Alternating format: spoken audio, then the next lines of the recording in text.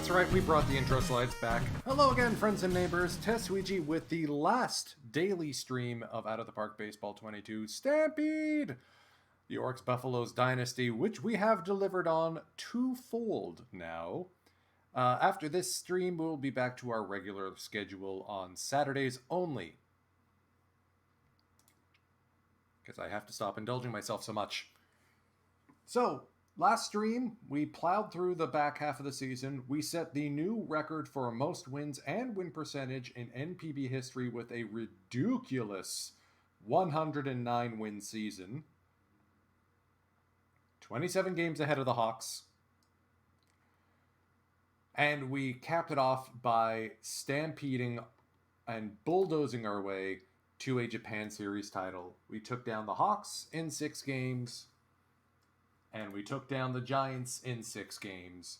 Still couldn't win the damn thing at home. So that's still a goal for next season.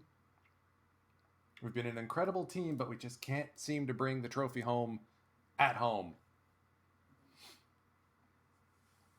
I mean, we've already gone through free agency. Our payroll has sort of peaked, or is going to peak next season at $45.4 million, which is laughable for anyone who knows the real Oryx Buffaloes. That's a thing that will never happen for that group.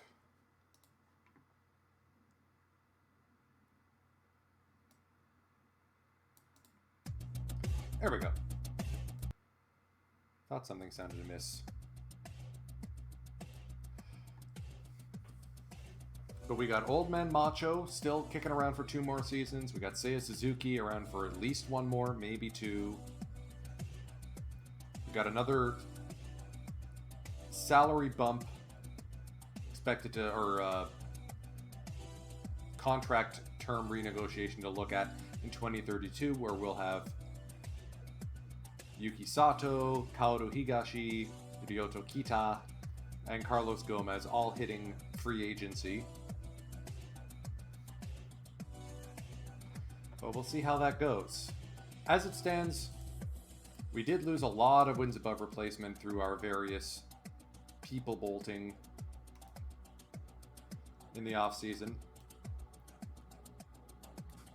Our catcher, Shosei Nakamura, did fantastic for us, had a career season with 3.8 wins above replacement, but I can't afford to pay him what he's asking. That money went to Masataka Yoshida and Yuki Sato instead. We also lost Daisuke Naoe after he turned in a solid campaign out of the bullpen, one of our most reliable relievers. Although he did kind of get his bits lit up in Game 5 of the Japan Series, unfortunately. We've also let Kotaro Kurebayashi and Yonetoshi Kashiwabara go due to arbitration demands and the fact that they didn't honestly have the season to justify it. $1.2 million for Kotaro is too much. $750 for Kashiwabara when Okuma has already been moved out of the starting lineup because we got Oscar Bleep and Munoz.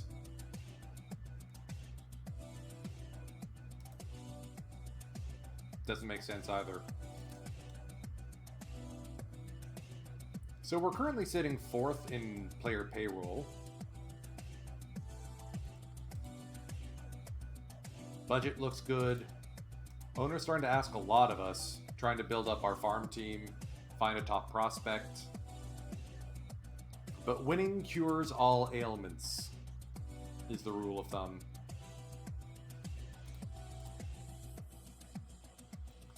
So here we are in the first year draft.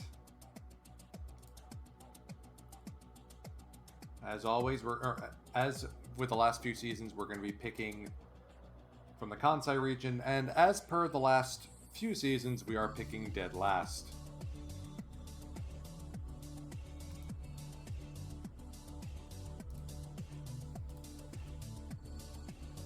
Hiroshima Toyo Carp who will be drafting first in this round and the next, are going to take Kodai Endo, the best available pitcher from the Okayama.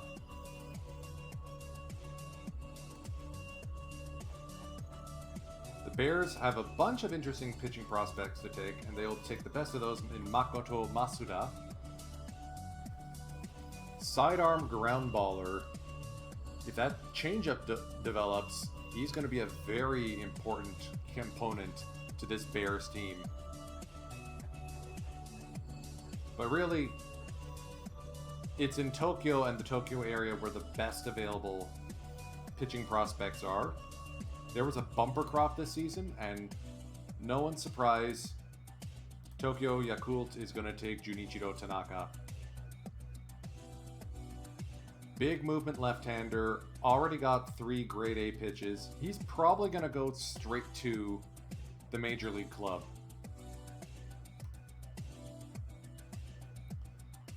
The Spirit, after getting nerfed in their first season, have been now paired with the Hawks for the Kyushu and Okinawa region. And they're going to take Hirohisa Miyamoto, another extreme ground baller. This one's out of high school.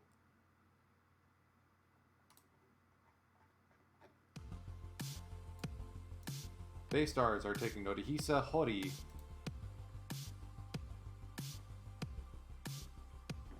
That curveball's probably not going to do him any favors, and if that changeup doesn't develop, he's doomed.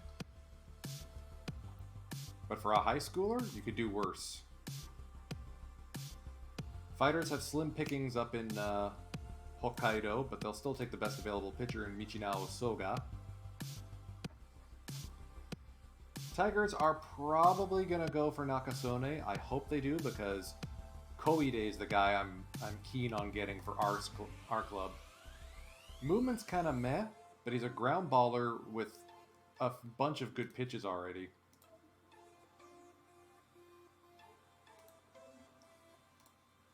Tigers did indeed get Junichi Nakasone. And they better hope that those 3 pitches develop for the 19-year-old. Hometown boy. Literally, the Tigers play in Nishinomiya.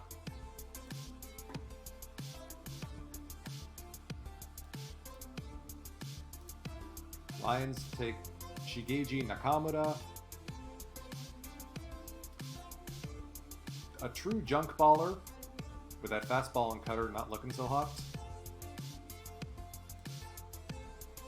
Junichi takes Sadao Miwa. Lots of big pitching prospects going in the first round here. Lions taking Yuhei Kishi.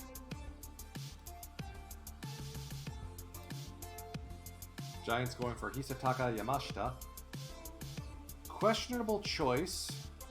Fragile, no movement. I'd also look to him to be more a bullpen arm, but he also is a lefty, so. Tohoku gets nerfed. They're taking Tsuneharu Nishimura, the outfielder. He profiles as more of a DH, to be honest.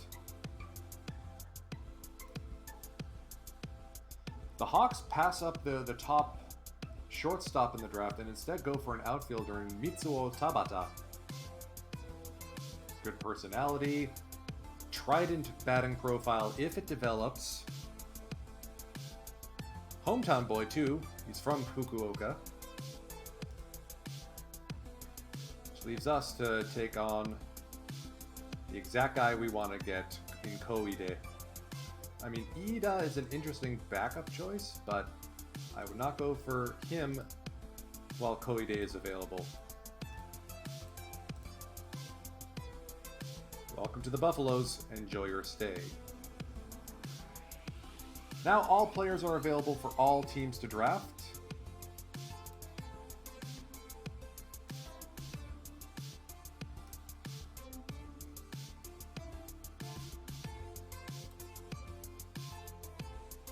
And everyone is going for pitchers, including our expected guy, Iida.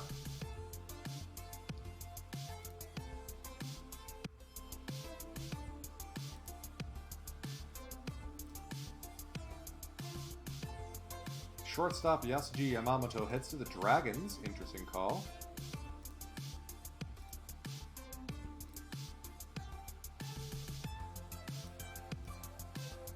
So we could go with another pitcher or Makoto Sakamoto and add another shortstop to our farm team. I had a look at Gushiken. He's an interesting option for an outfield guy, especially if Yuki Sato is going to be leaving the club. I hope that range gets better, but as it stands, I feel like he could contribute. Sekimoto does not have the stamina to contribute as a starter, even though that's what he was doing in his first high school campaign. You'll notice in the last one, 11 saves and 3 wins.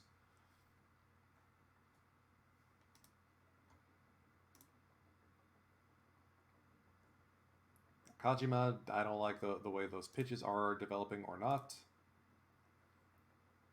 I don't like Sakamoto's bat profile. That contact is way too low.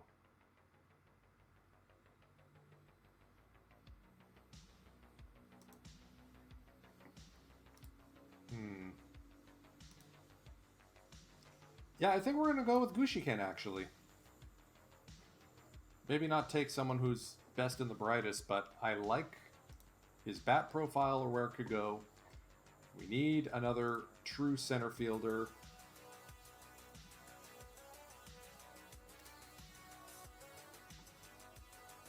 And of course, since we have the double up, I can take one of those other guys.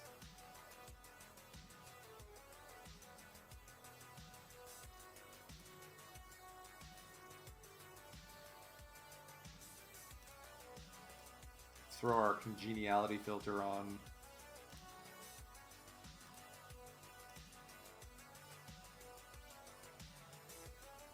See, the thing is, if Sekimoto's...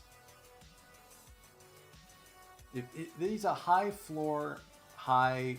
or low floor, high ceiling option, because if those pitches don't deliver, he is in serious trouble. Can't believe I'm going to do this. I'm going to go with Sakamoto. We're going to go with we're going to add another shortstop to our roster.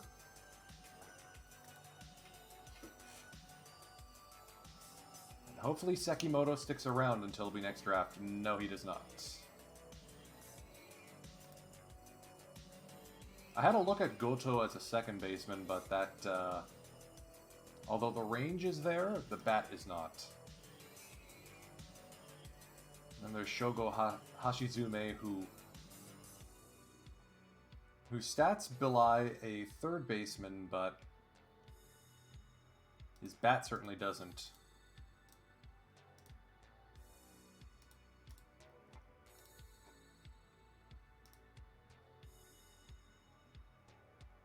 I don't like Nakajima's lack of movement.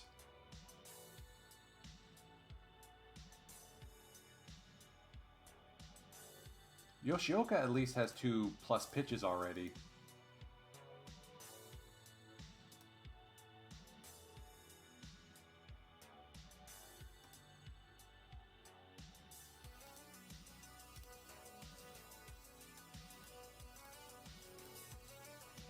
Remember, we've got the double up, so we can pick 2.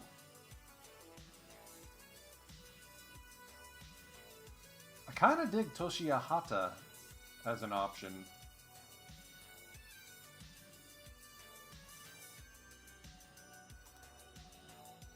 Like, really, at this point, the idea is to get one of these guys, hope that talent change randomness grips them and throws them up the scale.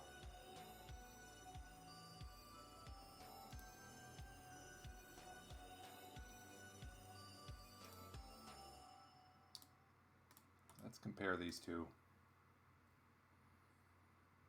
So Hashizume...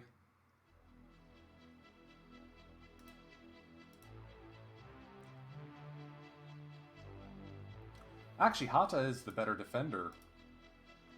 So I think that's going to be the play here. We are going to be taking...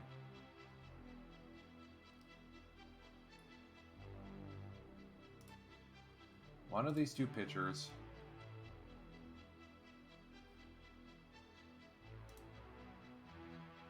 Given how...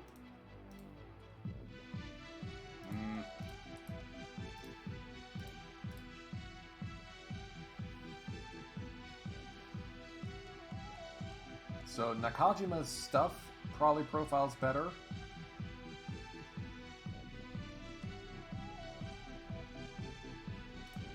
He is also just a high schooler too, so... Yeah, we're going to take Nakajima. And we are going to take Toshiya Hata.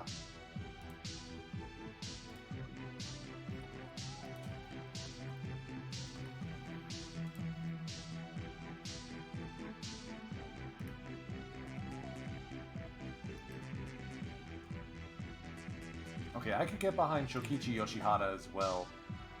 That's kind of meh, but he's a good fielder and he can play just about anywhere on the diamond. Or in the outfield, at least. Let's go by fielding ratings.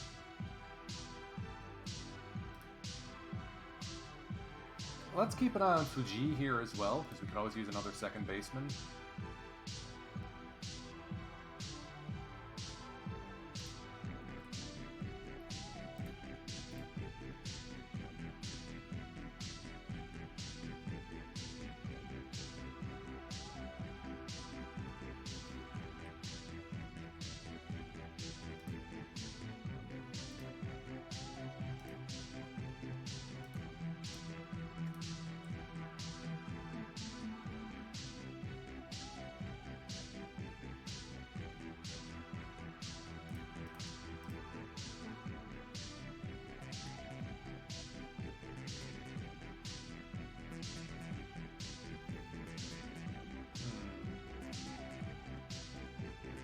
Yoshihata is an option, but Nakagawa's got the wider range. Range is more important.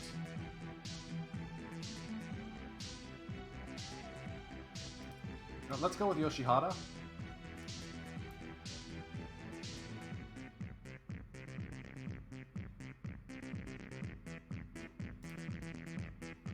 And now let's bring in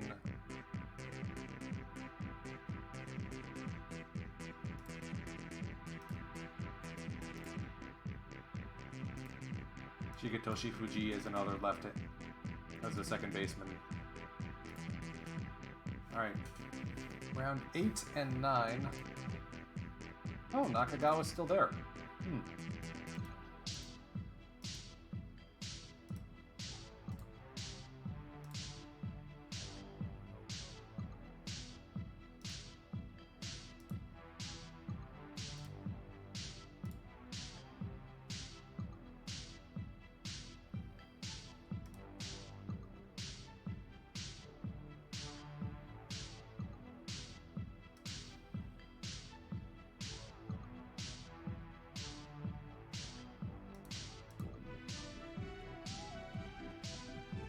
Do I need to get more pitchers?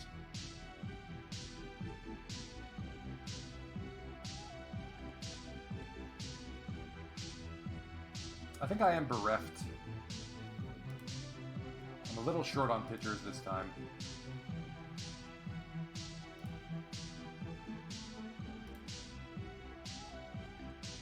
Yeah, we can make something out of Tachibana the Younger. Another lefty as well.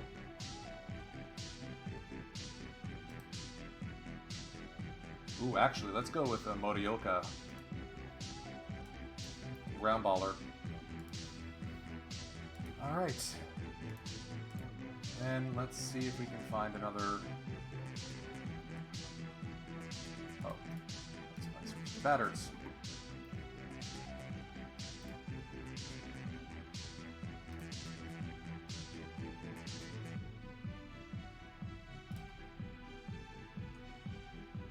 Tokuji could turn into something.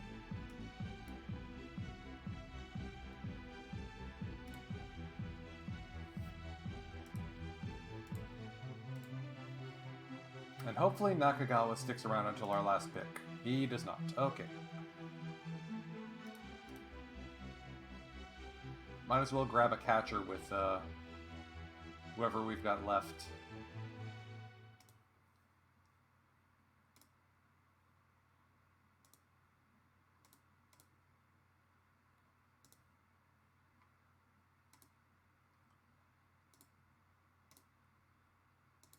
we're going to take, with our last draft, Muneyuki Sato.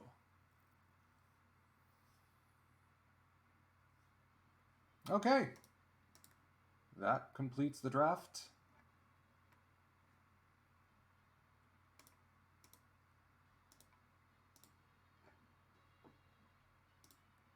Let's take a look at our newly refreshed minor league team. In particular, let's see if there's any guys who have aged out of the roster. I do want to keep Eiju Nakamura, but he has to show me something.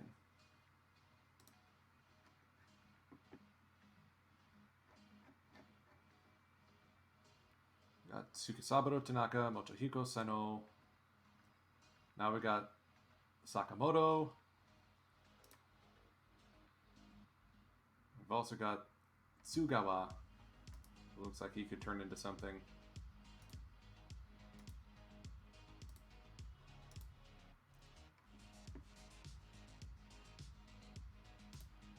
There's also Katsunori Haraguchi. May actually be best as a third baseman.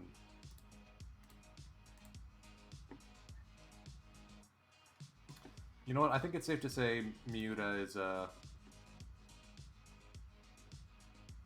age 27. I mean, he's won a few championships. He's one of our backup middle infielders. Let's at least promote him up to the big club, get him out of the minor league depth system.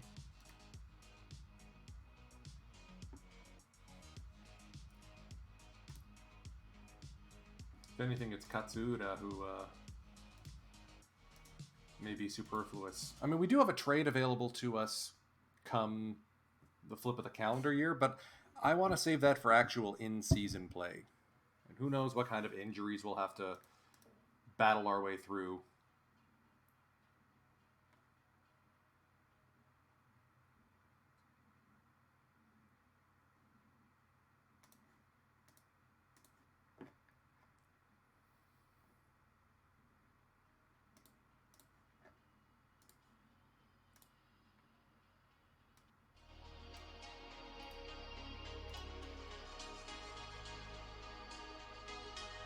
And Shimazu can come up to the bigs. He's ready.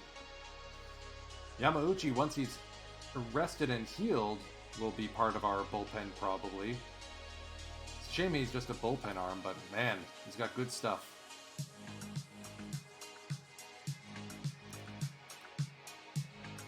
Anyone else here who's aged out?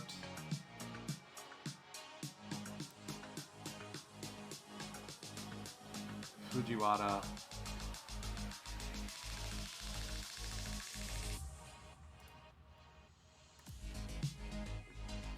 Hasn't made it to the bigs at age 25.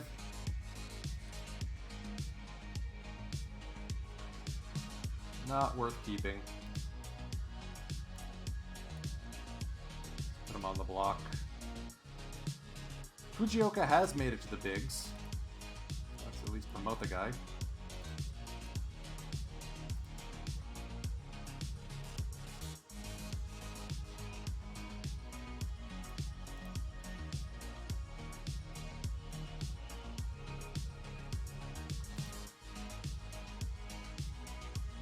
Apparently our third round pick from 2028, our 8th round pick from 2028, Toshinori Toguchi, fancies himself a two-way guy. He actually wasn't bad.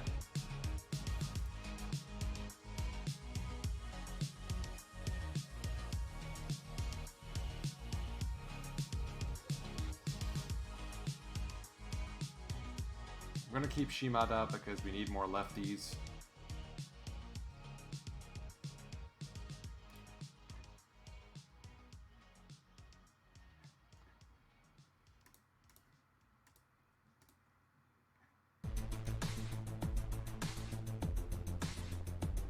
Basically, everyone who's already on the 40-man is going to get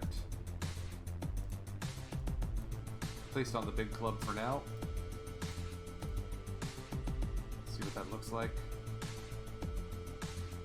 So Shinohara looks like he's going to fill in a long relief role. Makes sense. Bochy is going to make some appearances as a pinch hitter. I like that.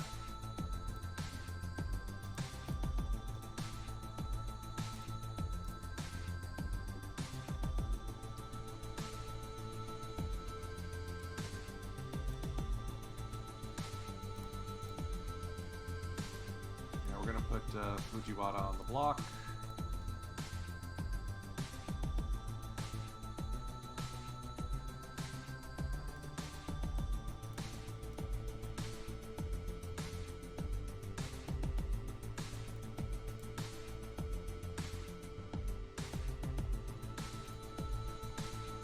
Trying Nako out at right field. Interesting.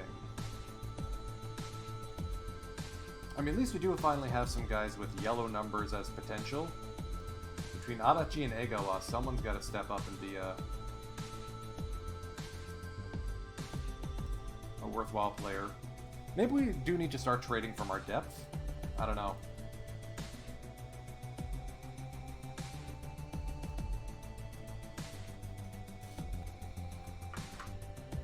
In any case, I feel like our budget is pretty much strapped. I don't feel comfortable going out and getting more players than we need.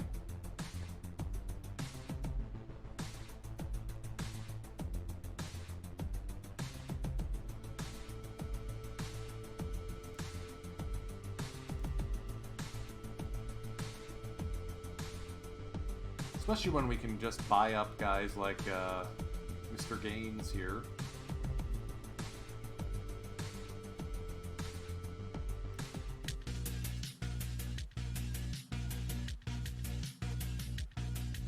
Or Edwin Ramirez.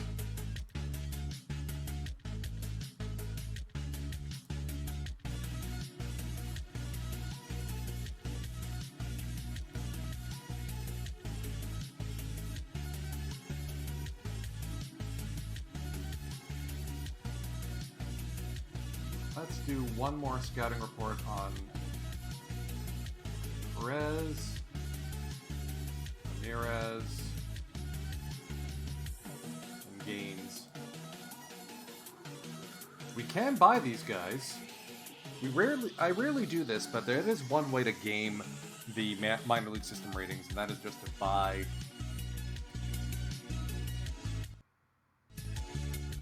guys out of the minor or out of the independent leagues. I mean, at only $250,000 per. Yeah, it'll burn up some budget, but at least it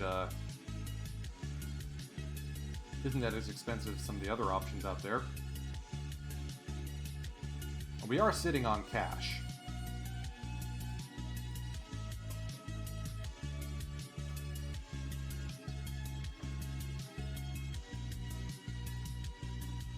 Alright, so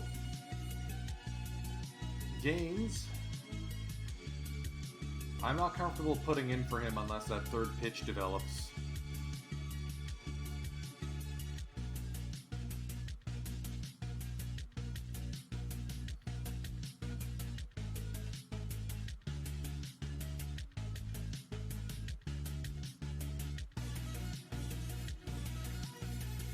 Let's keep an eye on Gaines. Let's add him to the short list. There's Eddie Ramirez.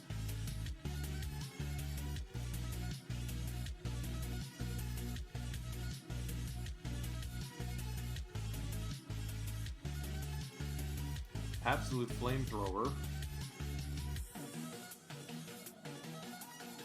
Already has 3 good pitches. Already has good stuff.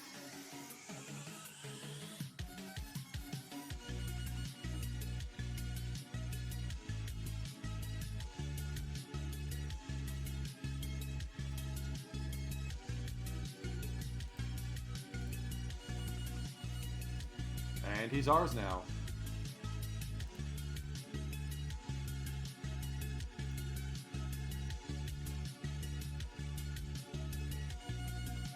Now, Willis Perez doesn't really impress as much as the other guys.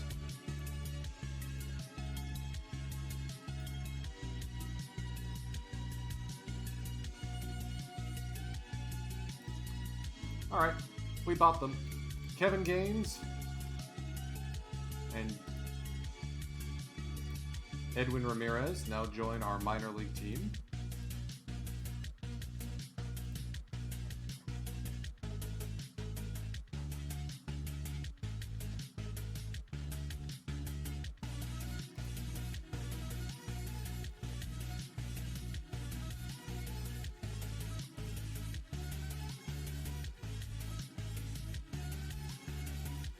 Give some of our bullpen guys a bit of a rest.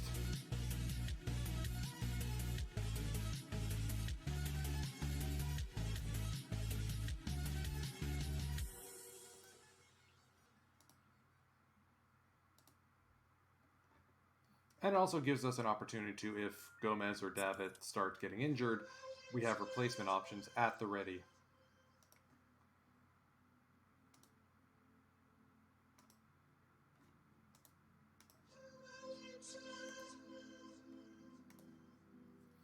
So yeah, we spent $500,000 on a couple of unknowns, but I spent more money on dumber things in this game.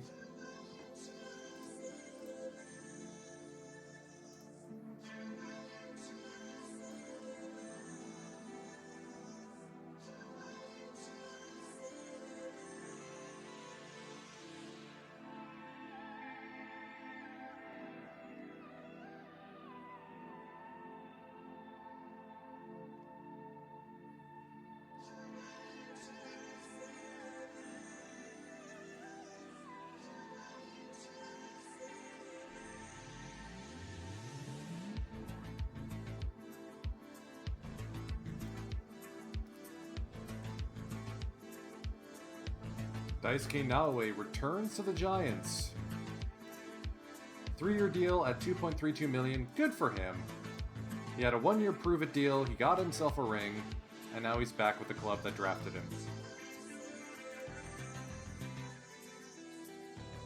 Luis Barrera moves from the Hawks to the Giants. $3 million.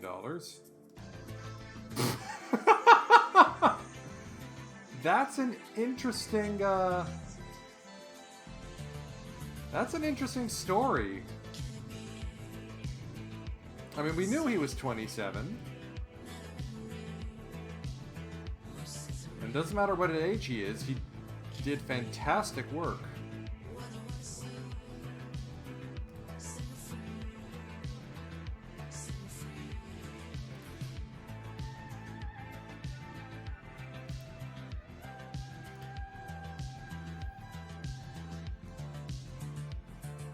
Shugo Maki to the Spirit.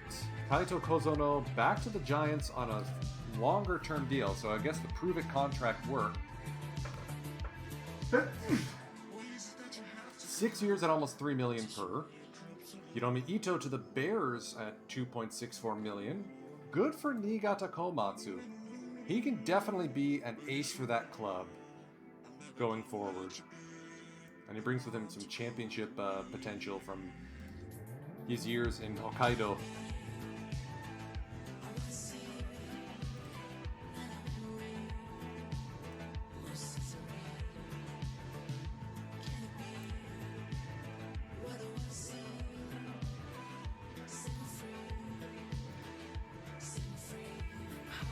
I'm gonna keep an eye on that Kolas news. That's that took me by surprise. That was funny.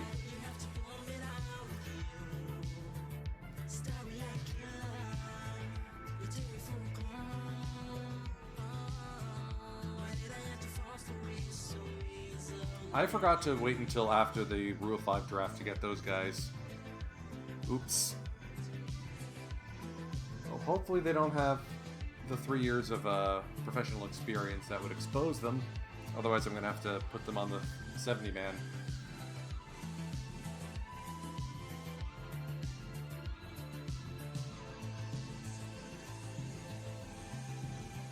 Or risk losing them, which I would very much prefer not to do.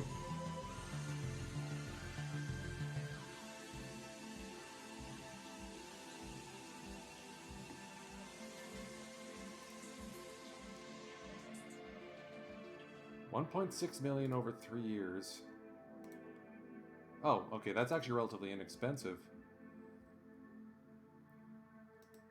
Yukata Saito, eh?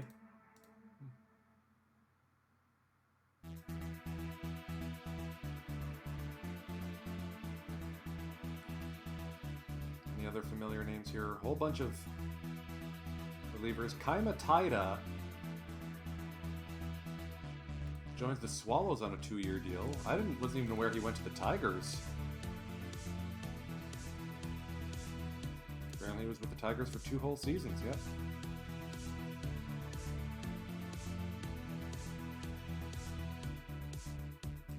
He just hasn't been the same since he left the Lions.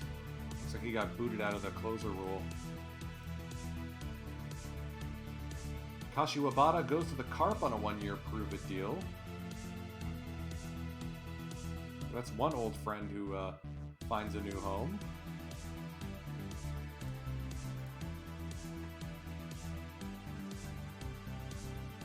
Alright, so Gaines is available to be exposed, so we gotta put him on the 40-man.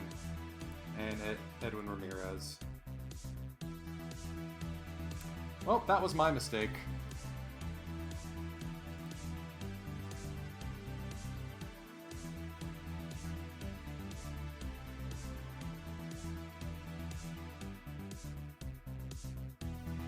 Should have waited a couple days longer.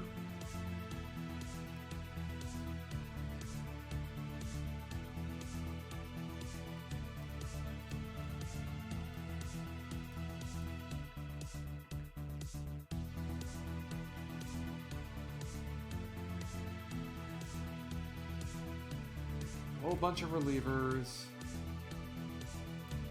Middle relief guys.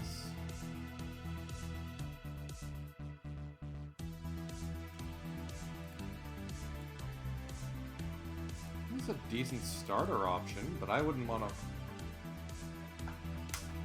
I may actually make a claim in the 40-man, or the Rule 5 draft for once.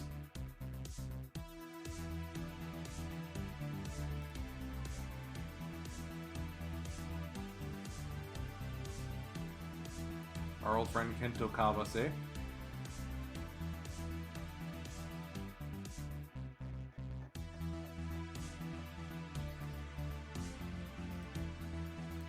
So we'll see if Eito Tanaka comes up available.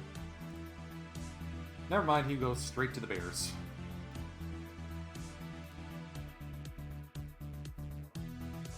Spirit had Yukiyasu Nakano as a catcher. Interesting choice.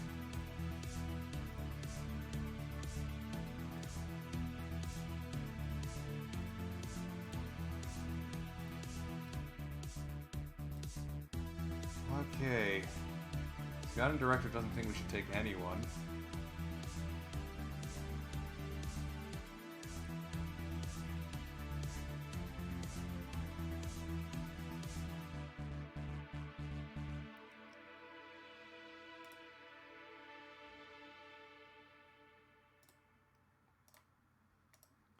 Can Sakai pitch? No, he can't.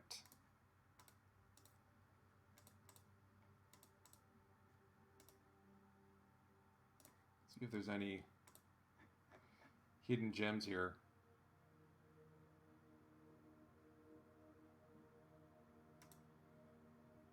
Yudai Narita, 3rd-round draft pick who hasn't made the bigs yet.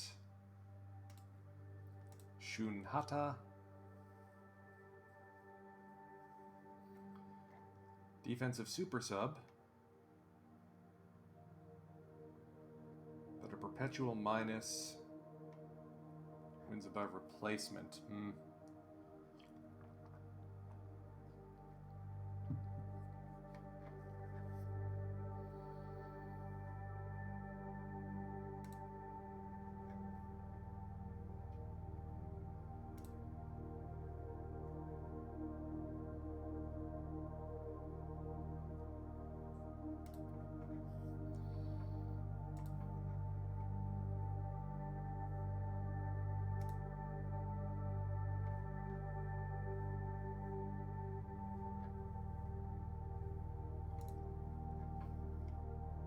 Yeah, you know what? I don't think...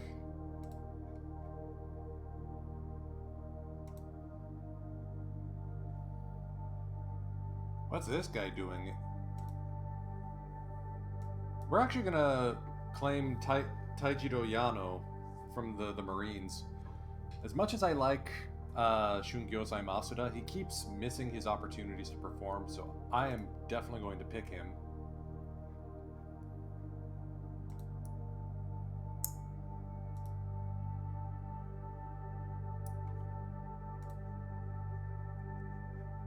I think that will...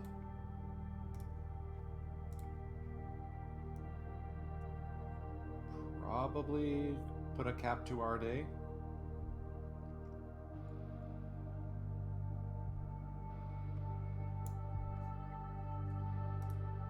Yeah, I'm gonna skip the pick. Skip that one as well, and that finishes the draft.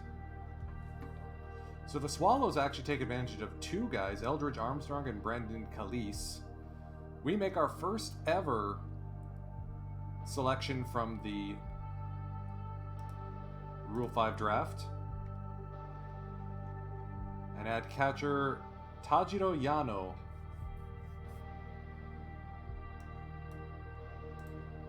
To the lineup.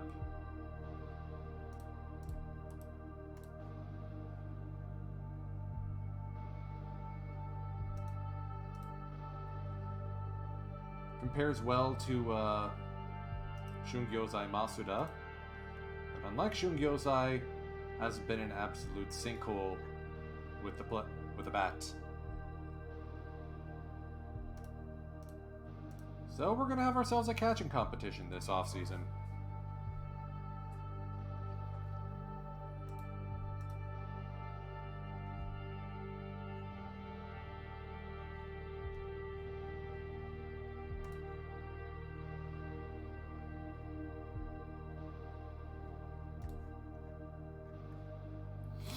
Oh, wow.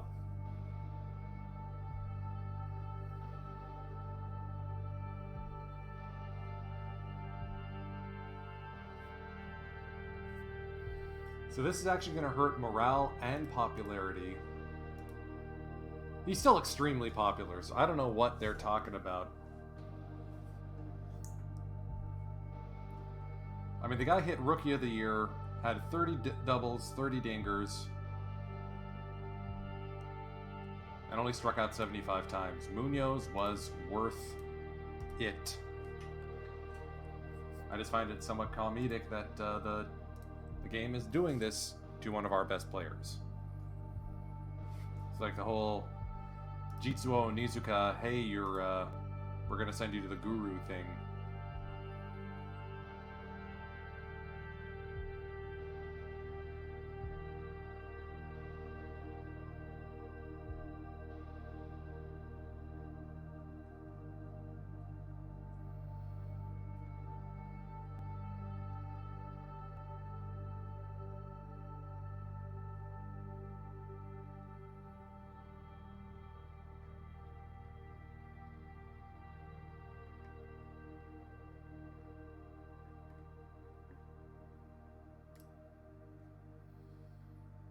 Whole bunch of relievers getting some decent paydays out there. Ryoma Nishikawa, at age 35, gets $2.36 million from the Tigers. What are you doing? Our old friend Norihiko Tanaka, whom we traded to the Lions, now is going to play with the Eagles for $2.066 million for 3 years. Wow, that's a lot of dosh.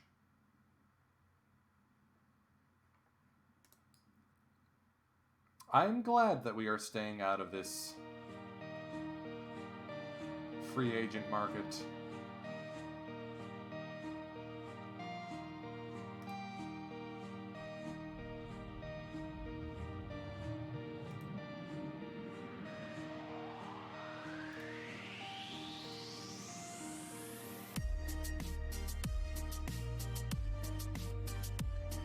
Good call for the base stars picking up Shimauchi.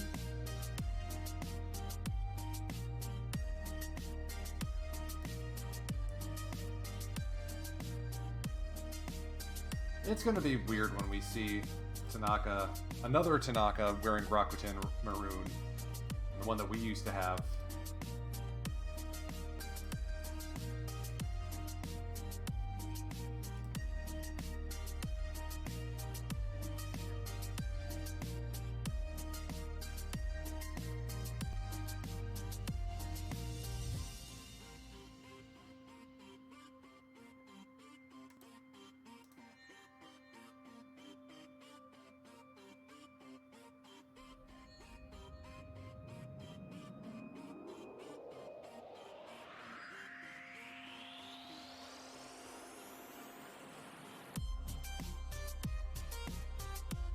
And we're just zooming through the off-season because we don't have anything to do.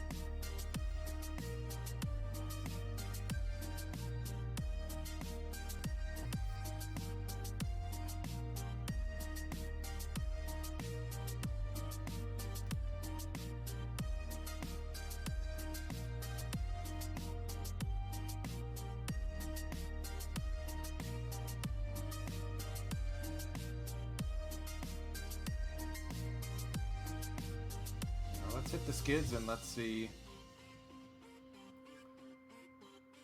if any other news coming out. Suguru Iwazaki, former Buffaloes and Tigers reliever, staying in Boston. He had a good 2028 for the guys. Yuito Mori heads to the Dodgers. Hugo Umeno to the Cardinals. Still nobody's elected to the Hall of Fame. This is getting ridiculous.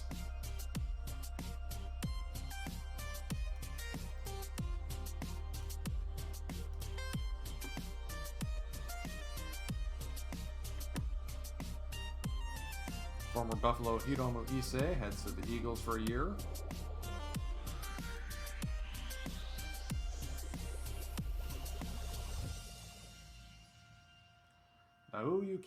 Naoyuki Uwasawa stays in Hokkaido, $1 million a year for 3 years. Tsutsugo to the Bears, 3 years at $2.66 million. He's 38 years old. And he's in his decline phase. I mean, he was great for the Giants, great for the Eagles first year, not so great the second year. What are you doing? Unless you're bringing him in for the leadership, which I get.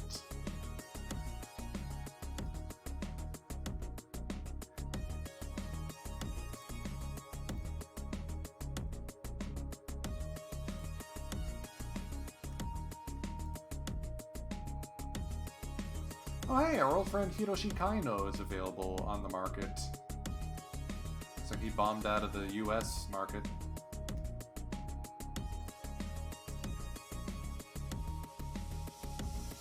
Yeah, I'm not giving you that much money.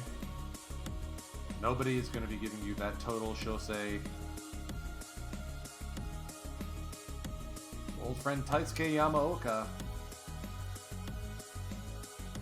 Maybe headed to the Marines? I'm not going to outbid them.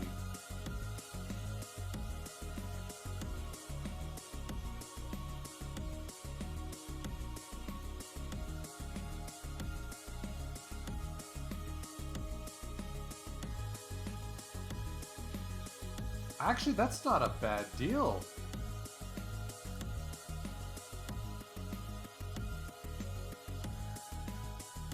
Lol. Not signing 37-year-old Haraguchi.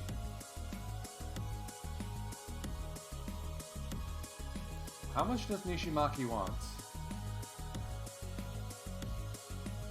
It's a lot of money to be given a bench player.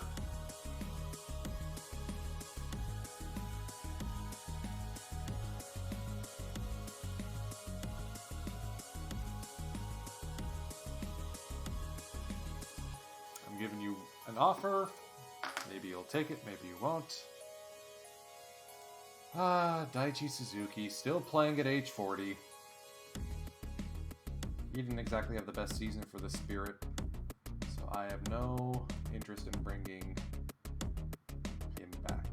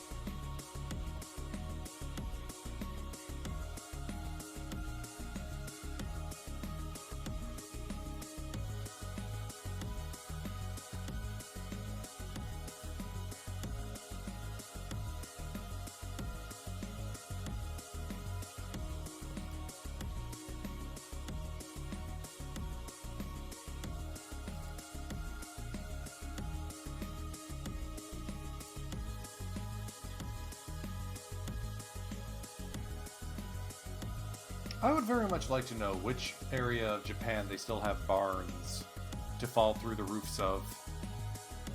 Just curious.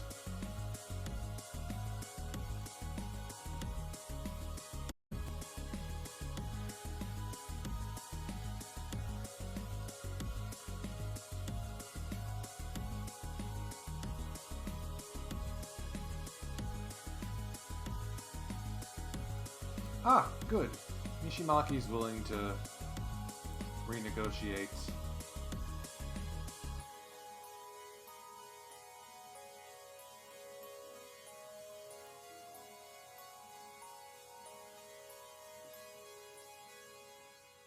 $700 grand for a new captain and a new middle option at second and third? Hell yes, I'll do that. It's a good base runner too. Always helps to have additional leadership, and even though we've got Okuma, Inoue, Fujioka, Masuda, and Fujimoto, can never have enough.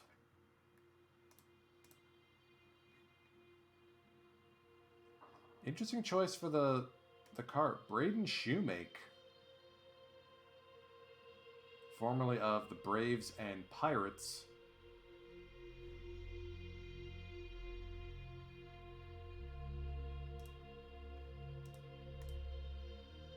Two-time World Series winner with the Braves and Pirates.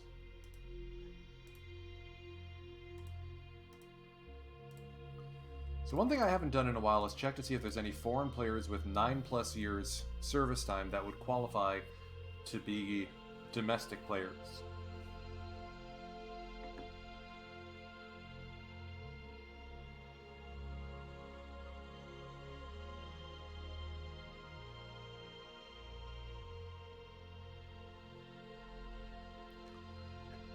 Looks like a bunch of,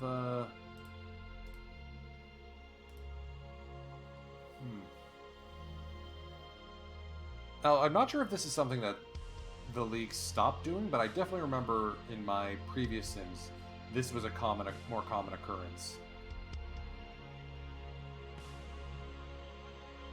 That Inoue deal looks better and better for the Bears, gotta say.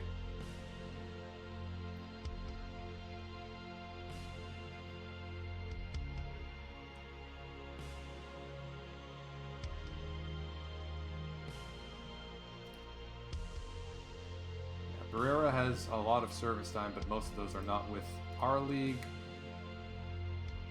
With Oakland, and then Detroit. Hey, our old friend Yasan's still over at Yomiuri. Maru to the Lions for how much? 1 year plus vesting option. I mean, you could do worse. The guy's been this will be his Third decade in the league, for Pete's sake. From a Carp to the Giants for basically a decade, to the Hawks, and now the Lions. I wouldn't be surprised if he ends up being a DH before his contract is up. Kaino to the Giants. Yamaoka to the Marines for 4 years. Imanaga to the Lions for 3 years. So some familiar names are on the move. The Bears look like they're making out like bandits so far.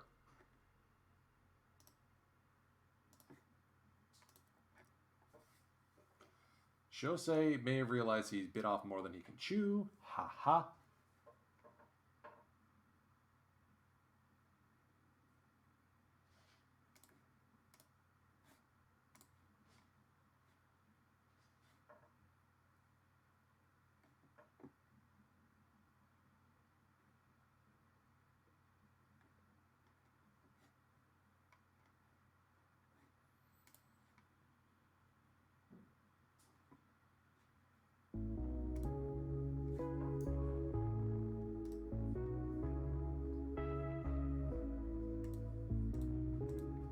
Let's take a look at the schedule.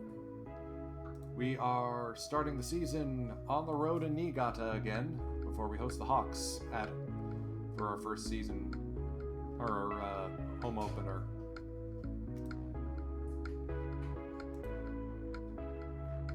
At least we're finishing the season at home this time against Kirin. Start game is on the 27th. Yep, figured it out. Good.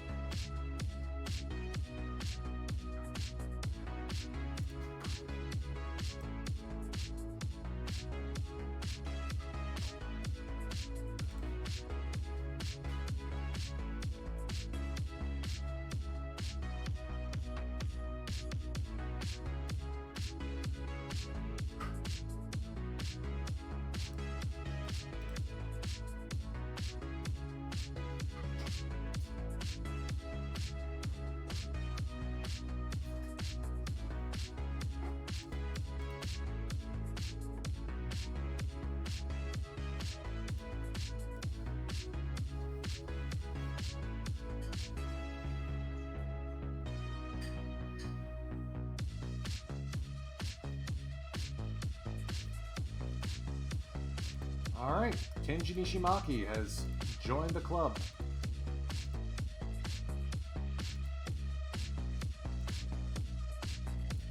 To be our backup third baseman and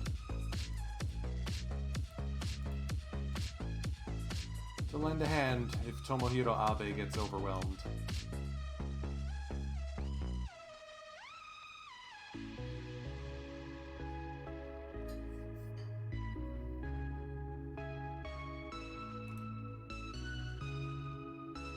It's gonna be a fun off season to see if these folks do well. A lot of competition going into spring training.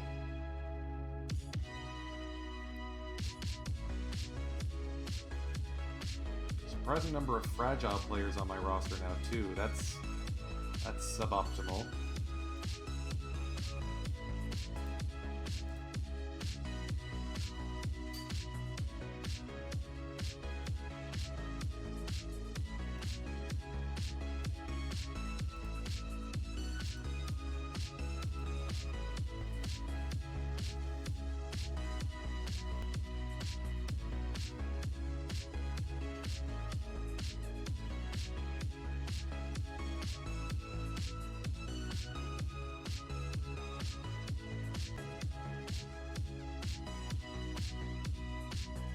And there is no such thing as a bad one-year deal.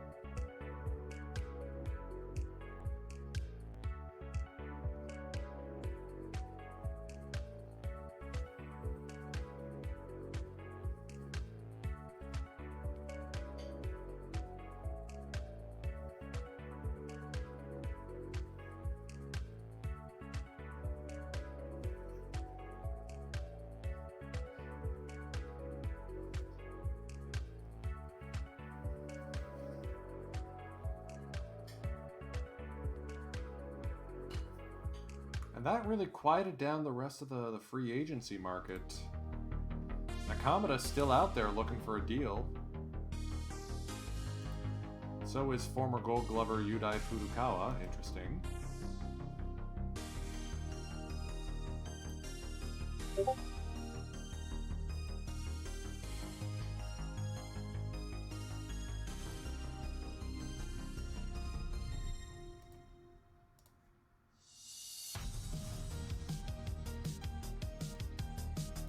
I would love to have Shosei Nakamura back, but we traded for Umino. We just made a claim on waivers for someone. I can't do it.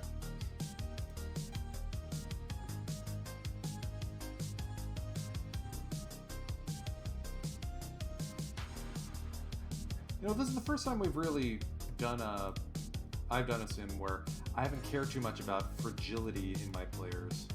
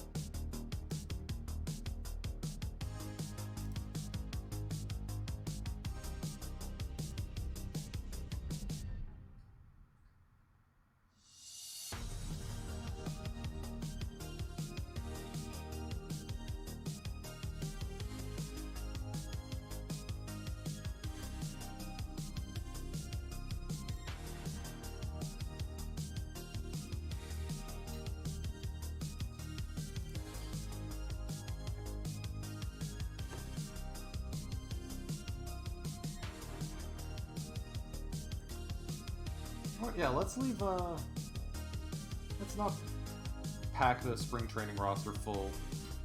Let's just go with who we got. And our first cuts will be on the 13th.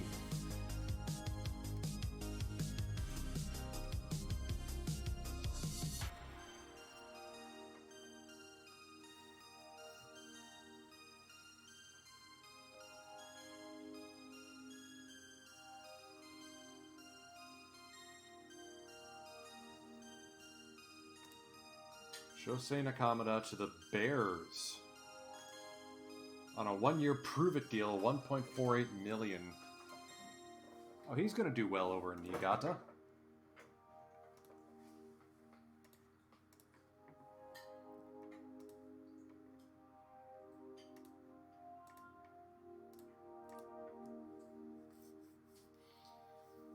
I just really want the expansion teams to do well. I've played an expansion franchise in a previous sim, and I managed to get them to a 7-year dynasty.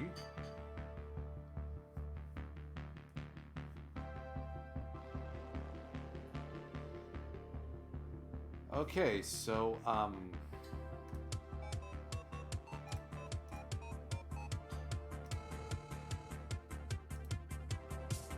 we're kind of 12-0 in spring training.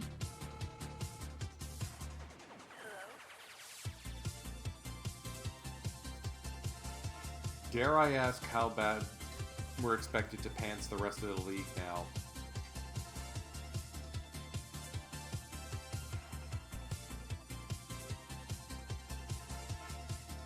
Okay, they're predicting us to have 6 fewer wins. We're only predicted to go 99-41. They're also predicting the Bears to actually be competitive.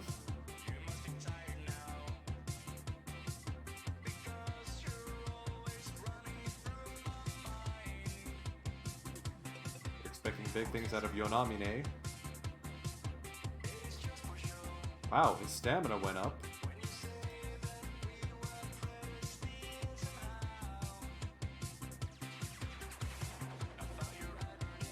expecting the Giants to just curb stomp the Central League.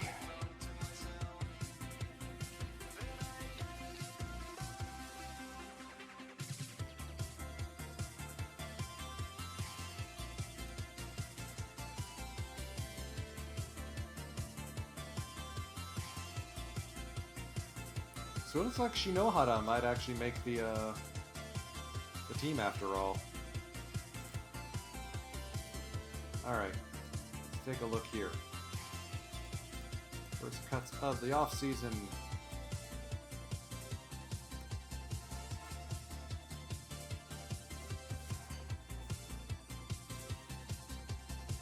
I mean, I can't imagine David's too thrilled about moving to the bullpen.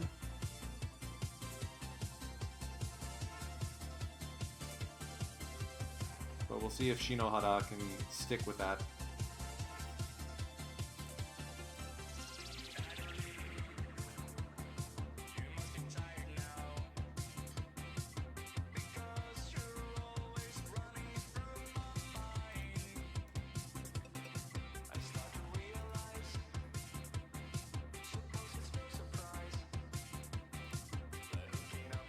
Okay, third baseman who I want to send down.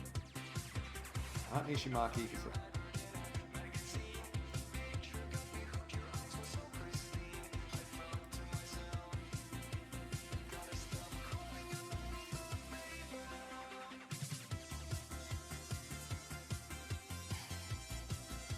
Those three. Hey, Okuma's having himself a good spring training.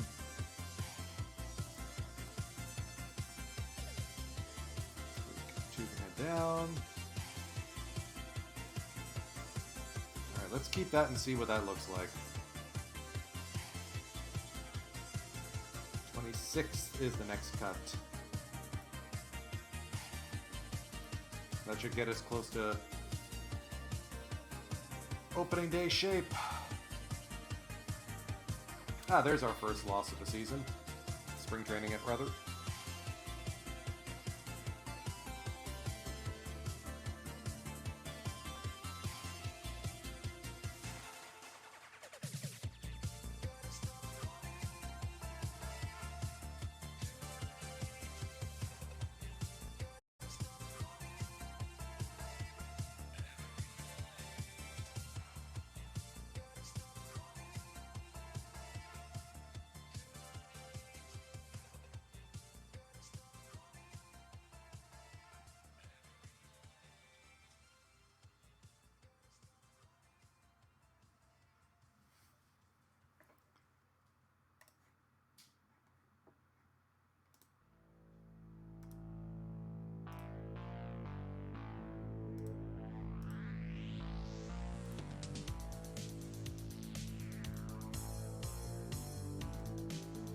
Shu Masuda sticks around SoftBank. He didn't get Ryo Ota money, which is surprising, but 6 years at $4 million per. Good money for Shu.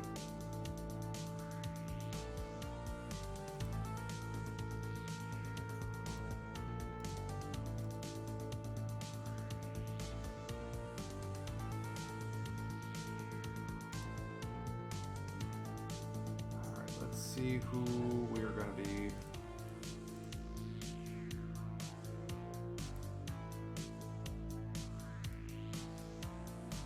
sending down.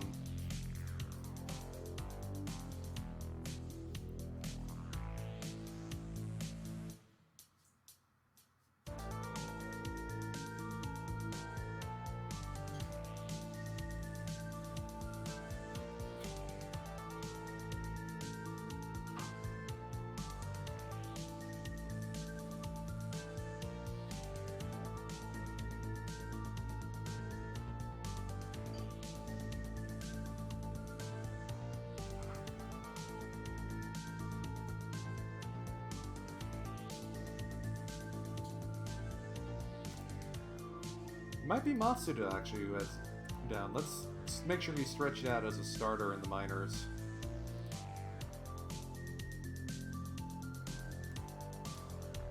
They could use the help.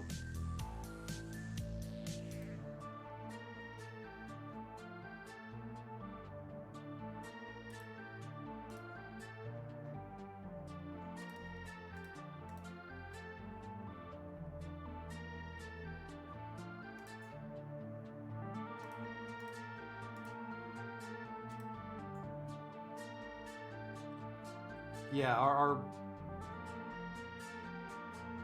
our system is depleted. I know that.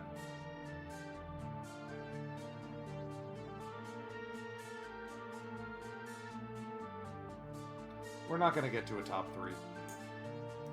I'm just going to whiff on that goal and focus on winning, winning, winning.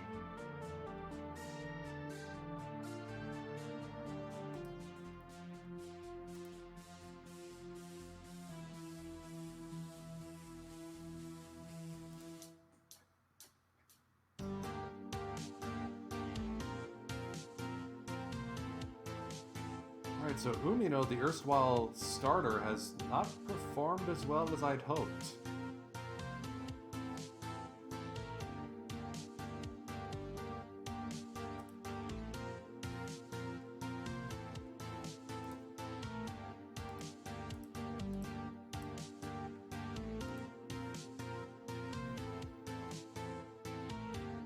As much as I hate to do it, I think Yano needs to go back to the Marines.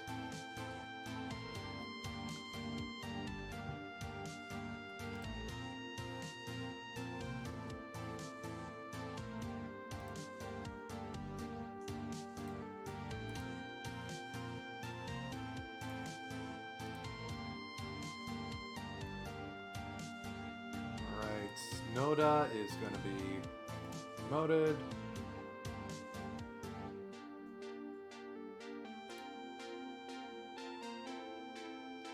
Yuta is going to be demoted.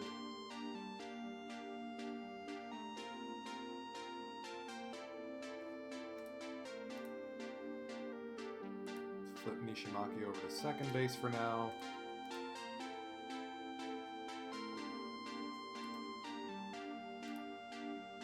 Tsuda doesn't get any playtime.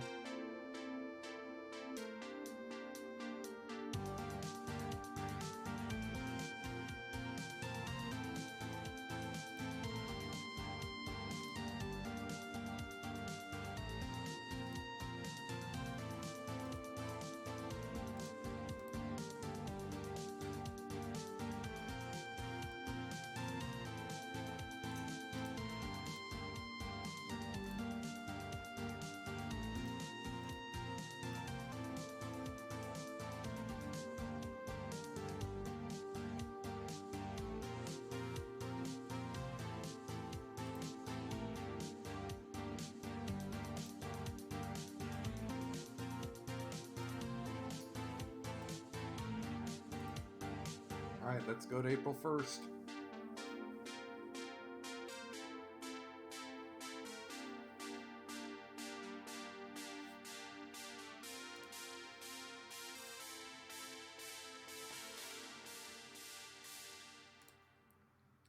Tachibana is going to miss a start.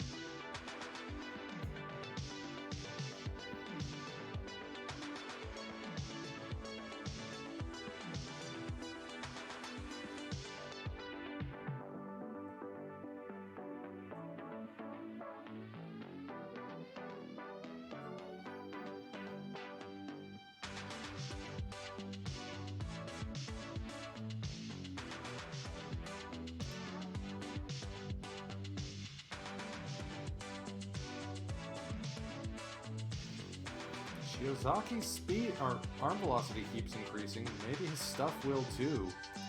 Not bad for a 5th rounder. Zaijiro Koide is going to be knocking on the door of the Major League club sooner than later.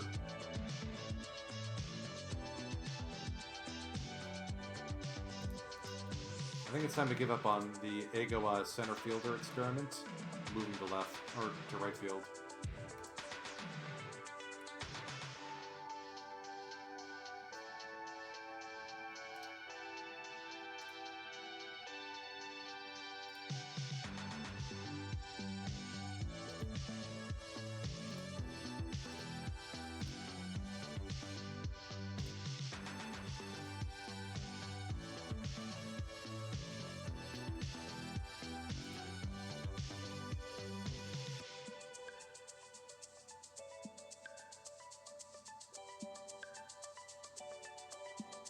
So yeah, I think Shinohara made the team.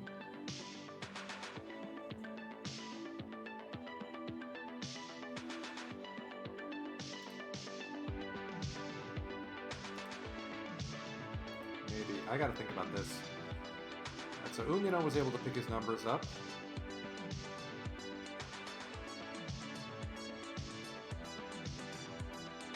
I can't justify keeping Tsukasaburo Tanaka just yet. It's almost there. But at age 22, he's still got room to grow, so... Down he goes.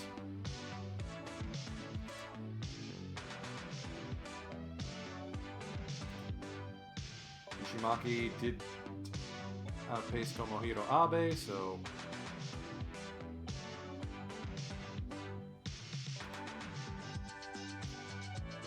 That's going to be a tough call. Inoue had a rough spring training, so down he goes.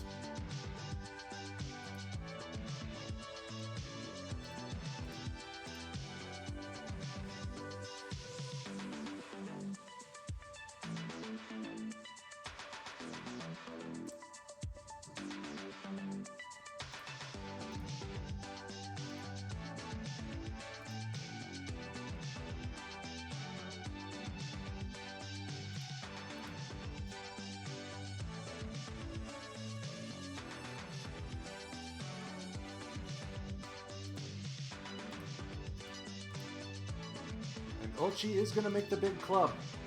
Barely, but he does.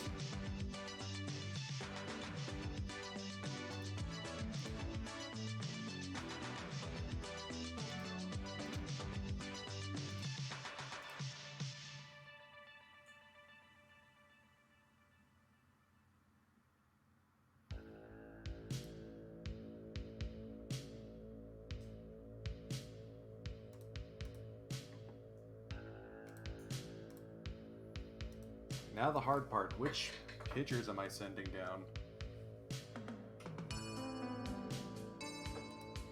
I think Fernandez has to be one of them. He had a rough spring training.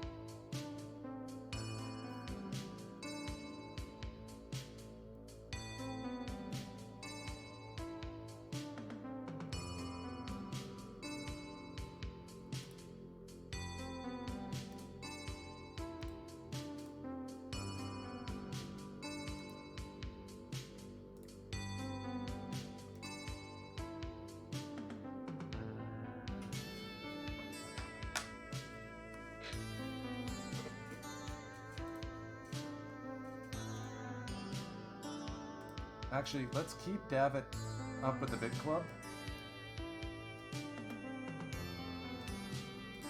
Put Tachibana on the shelf briefly.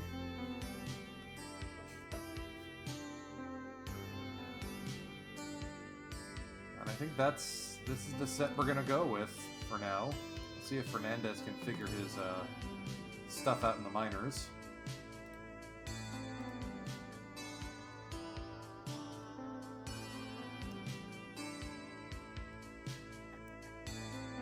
They're probably glad to have some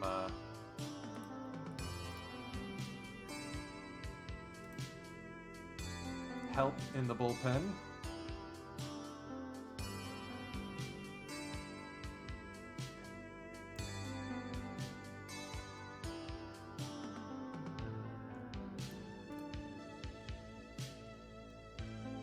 It also looks like Higashi has been booted from the closer spot.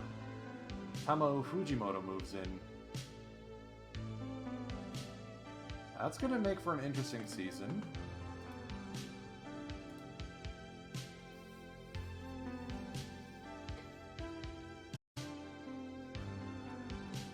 Alright, we're going to play the road opener, the home opener,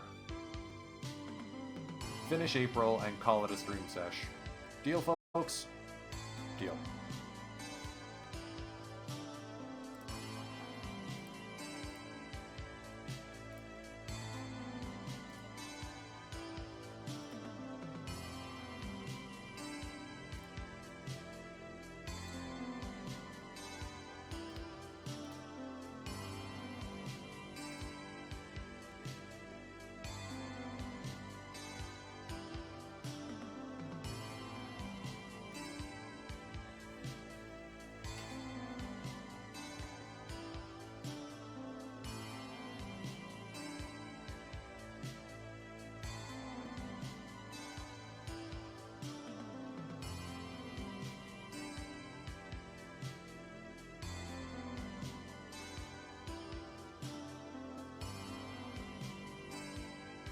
What I'm curious about is Kurebayashi.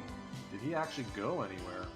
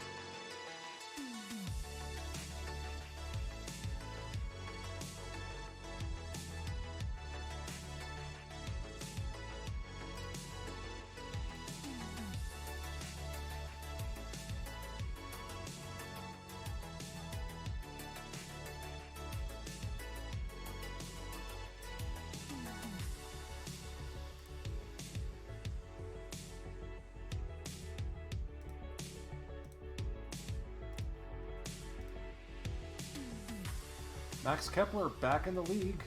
He heads to the Bay Stars. 4.52 million. Wow. Old friend Yamato is currently in the minor leagues, or in the independent leagues.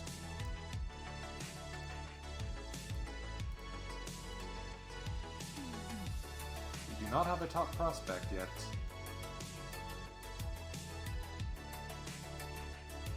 Edwin Ramirez sits 17th though, so he may be our guy. And they're predicting us to win 100 games again. They're predicting the Bears to finish second. I would love to see it.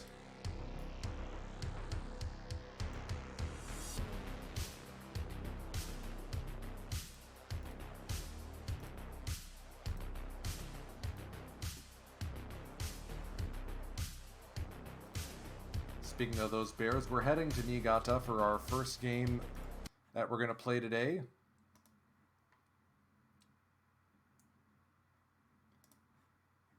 Umino's got to squat behind the plate with knee inflammation. That's no fun.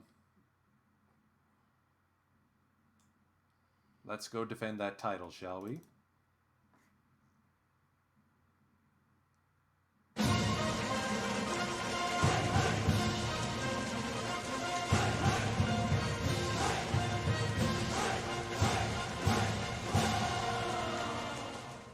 And there's going to be a nice moment because Shosei Nakamura was a Buffalo last season, and you get to glad hand with him and say, congrats, here's your ring. All that fun stuff.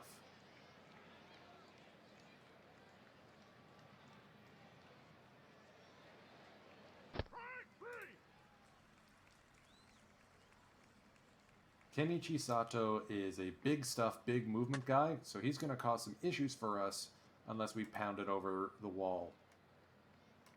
His control also isn't the greatest, so maybe we just got to be patient.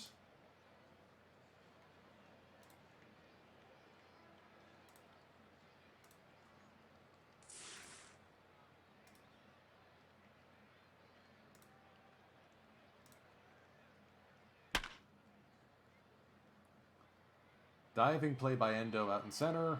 That ends the first, or top of the first.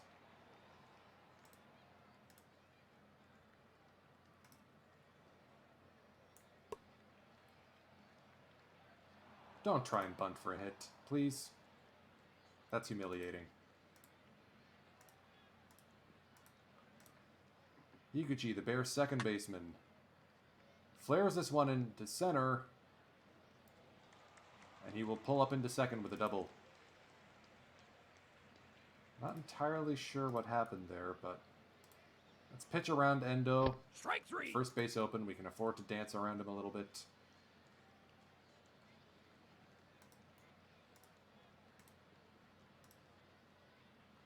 Ditto for Kota Inoue. 2-out walk. That brings up Yukiyoshi Honma.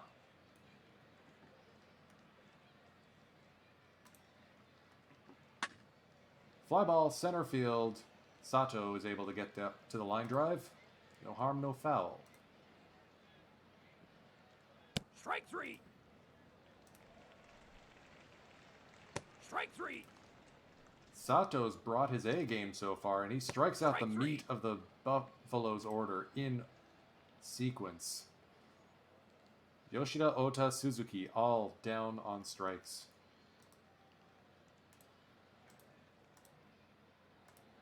Here's Vicens now.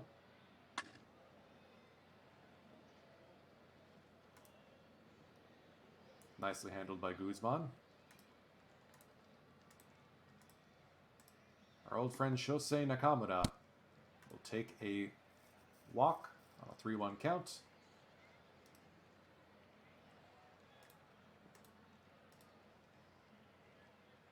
Sawano, the third baseman.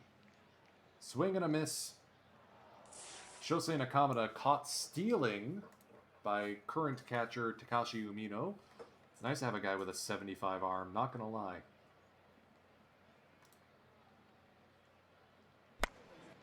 Popped up in front of the pitcher's mound. Guzman makes the play.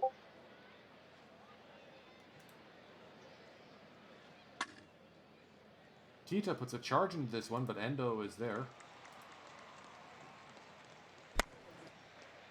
Umino lifts this one to left. Playable for Inoue.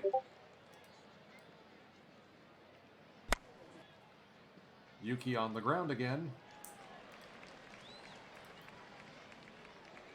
Quick and quiet game so far from both teams.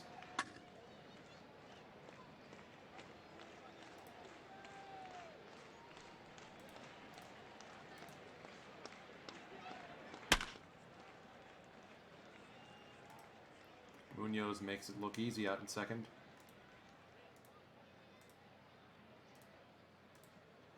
Here's Higuchi again. Munoz shading towards second, was able to make the play.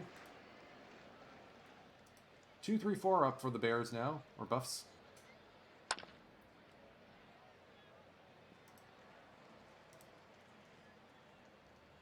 Strike three. Called strike 3 on Oscar Munoz. That's the 5th strikeout for Kenichi Sato for Niigata Komatsu. And this is why people are thinking the Bears might be good this year.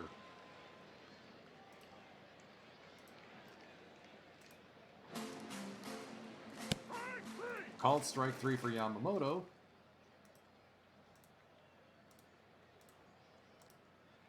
Two Dakota. Strike three. Called strike 3 as well. The splitter gets the job done. Full count to Honma. Strike three. Karaburi Sanshin. Yamamoto strikes out the side. Now this is a pitching duel. Now we're getting into this. 5 Ks through 4 innings for Sato. 4 Ks through 4 innings and only 1 fewer pitch for YY. After this, I need to change everyone's strategy sliders. I forgot to do that. Ota takes inside ball 4. 4-pitch walk for the third baseman.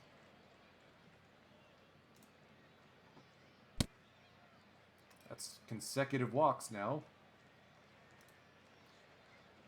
And both runners are going. No throw. Runners now at second and third with 1 out. 2-0 to Kita. Fly ball right side into the corner. Vicens.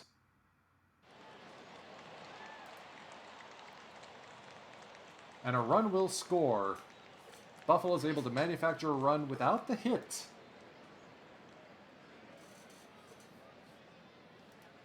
And Seiya Suzuki moving up to third. Here's Umino. 0-2 hole. Hit to the third baseman. And grounds out. Good play there by Sawano.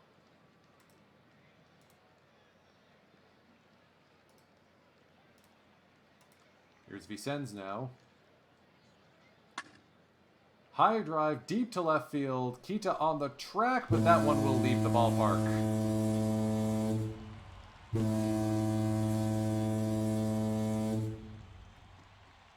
Brandon Vicens ties this game at 1s.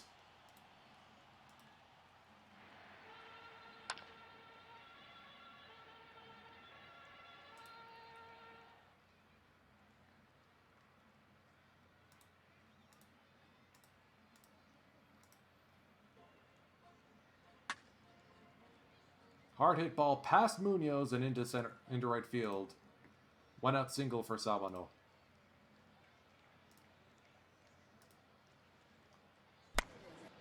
One popped up into left. Kita makes the play look easy. Brings up Tamura with 2 out. On the ground, Munoz onto Onizuka. That ends the bottom of the 5th.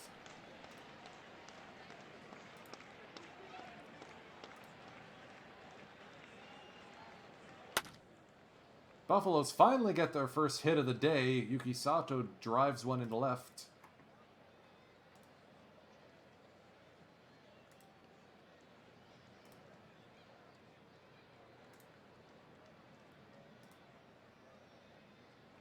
Sato's going, but he's in a pickoff. They got him with a pitch out. Guzman lines this one to center field over the head of Natsuki Endo and will pull up into second with a 1-out double. Munoz, the hit and run is on. Guzman advances. Runner at third now with 2 down for Jitsuo Onizuka.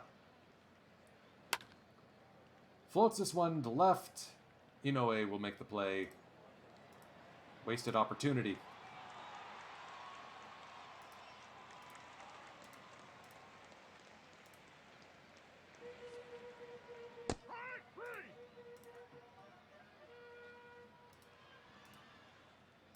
Yamamoto's cruising so far. Fly ball, center field. Yuki has to charge in, but he makes the play. Full count to Kota. Struck out swinging.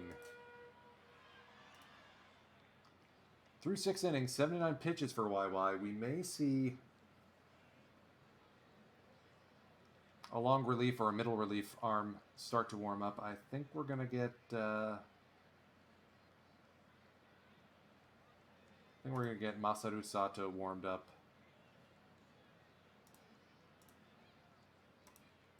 Just in case. Yoshida drops this one to center field. Base hit.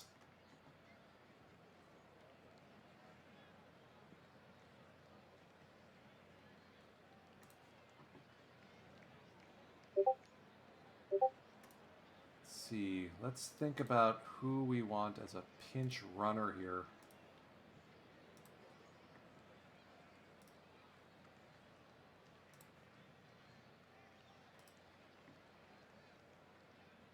Okay, but if we move in Noguchi to pinch run for Yoshida, we can't have him play first.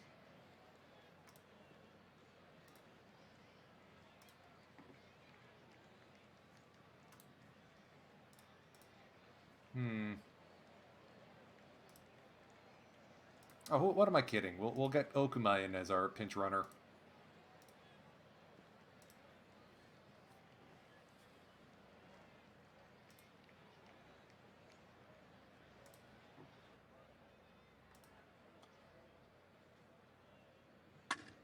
Ota drives this one into right field, but right at Vicens.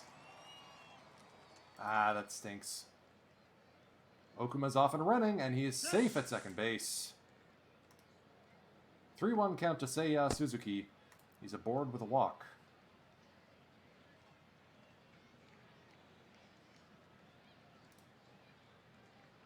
They're running again. Kita, Okuma, and Seiya Suzuki both get stolen bases. 2-2 to Kita. Strike 3. Called strike 3. That will end Kenichi Sato's day. Sumiteru Kanazawa comes in to try and hold down the fort.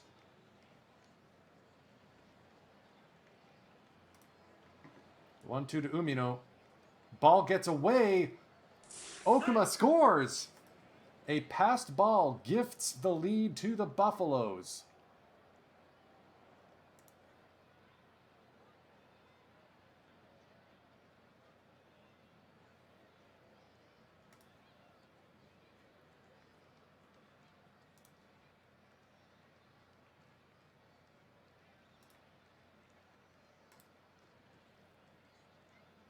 Full count now for Umino, the catcher. And he's aboard with a walk.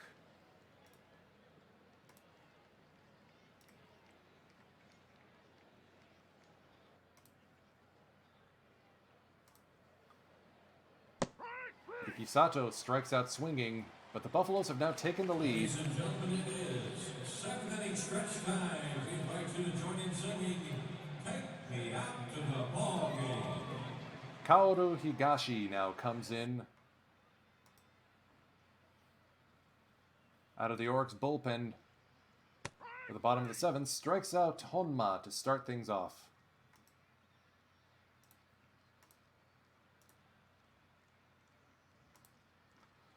Full count to Brandon Vicens. That is a walk to him.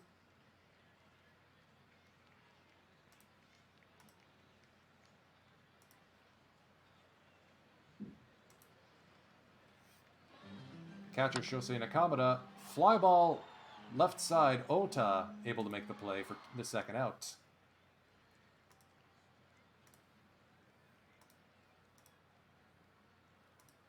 Yoharu Sawano, the 3-1, inside ball 4.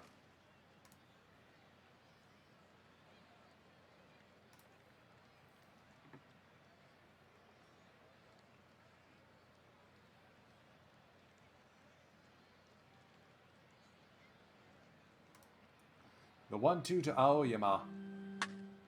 On the ground, Guzman goes the short way, or goes all the way across to Onizuka. And that will end the bottom of the seventh. Guzman is aboard with a walk. Hit and run is on. That's going to find the outfield grass. Guzman is rounding second and makes it first to third.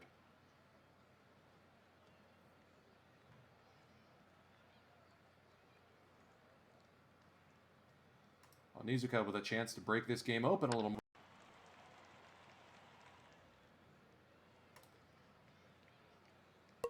Okuma in the DH spot. Guzman comes home safe, and he safely makes it to first as well.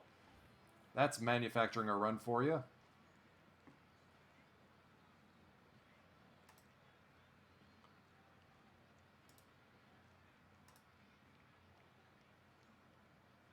Okuma makes it to second. Runners at first and second now for the third baseman, Ota. And they will intentionally, unintentionally walk him to bring up Seiya Suzuki. Bases loaded, one down. Seiya puts a charge into this one that will fall in front of the left fielder Inoue. Munoz scores. Okuma scores. It's 5-1 now.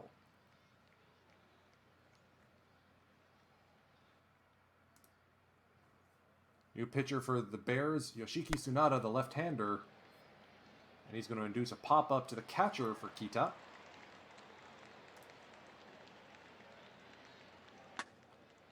And Umino is going to put a charge into this one, but it hangs up for Endo.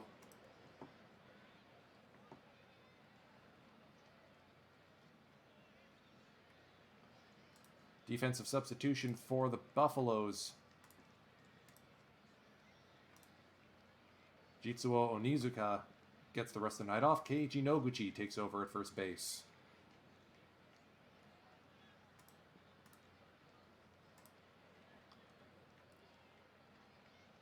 (3-1) to Shoji Tamura. He's aboard with a leadoff walk. That will end the day for Higashi. Akira Ishikawa comes in, try and slam the door.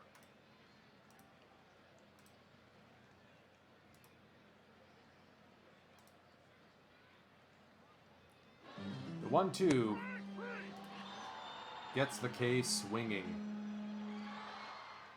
Pinch hitter in for the Bears, Sandy Martinez, the catcher.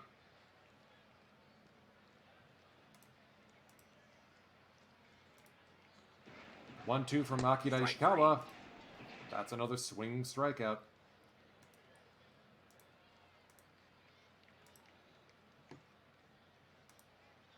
(3-1) to Kota Inoue. That will make it a walk.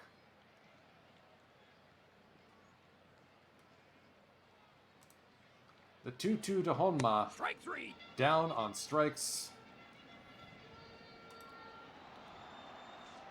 Buffs still lead at 5-1. And we're going to let Ishikawa take this one home at this point.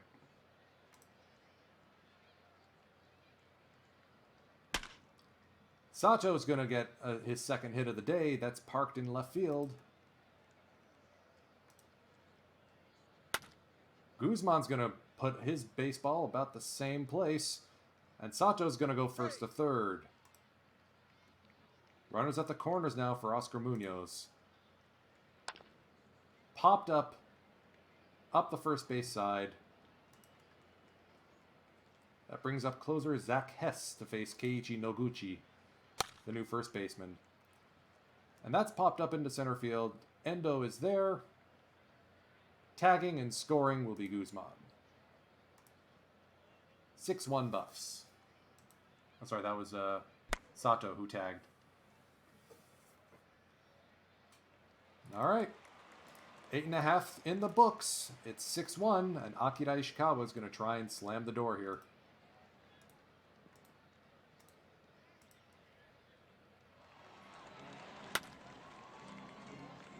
Hard hit ball, but right to Yuki.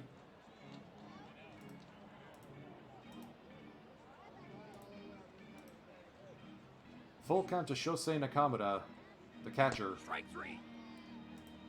Down on strikes. Sawano, the third baseman, last hope for the Bears. And he's going to doink this one into left field, beating the shift. Leadoff single for the third baseman. First baseman Itsuro Aoyama now. The 1-1 from Akira Ishikawa. Down the line, fair. It is a 2-out double for Aoyama. Sawano now stands at third.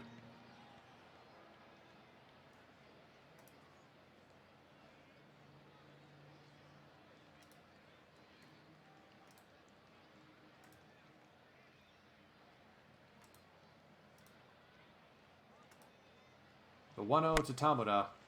Fly ball, right side, diving play by Seiya Suzuki, and that will end the ball game. Buffs take it 6-1 and spoil another opening day for Niigata.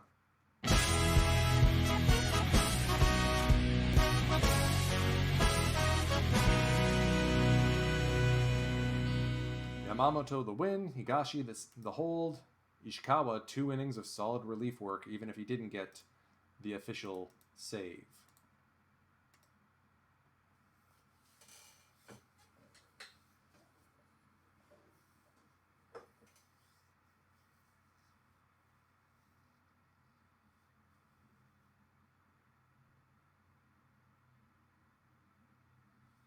Okuma with 3 stolen bases in that one game.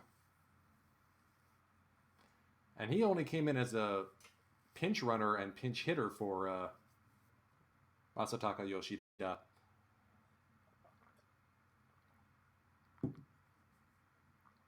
All right, the Bears pound us in game 2 and get the series win.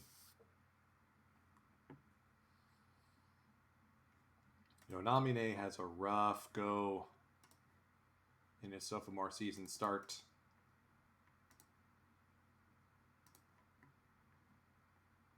Bears walk off against Higashi. That's a rough one to take.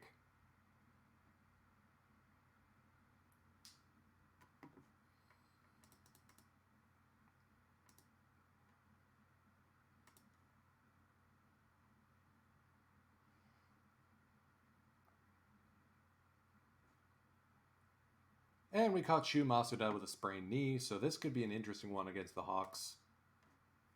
Carlos Gomez on the bump.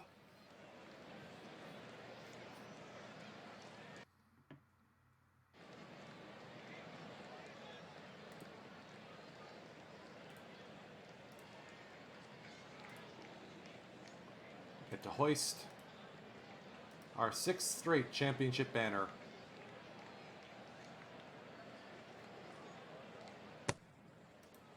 And it's a leadoff walk to Taiki Igarashi.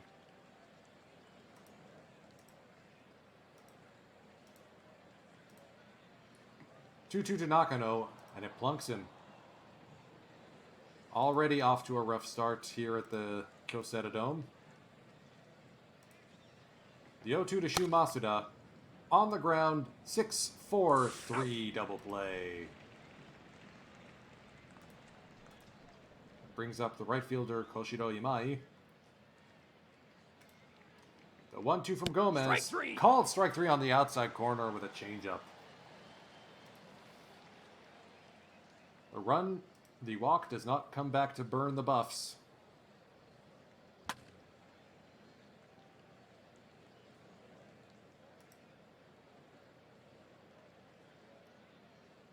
Some interesting faces in this defense. I had an eye on Taiki Igarashi at one point before I ultimately settled on Munoz. Guzman with a one-out walk. And he is off and running. The 0-1 to Munoz. Ball gets away from the catcher. Guzman moves up to third.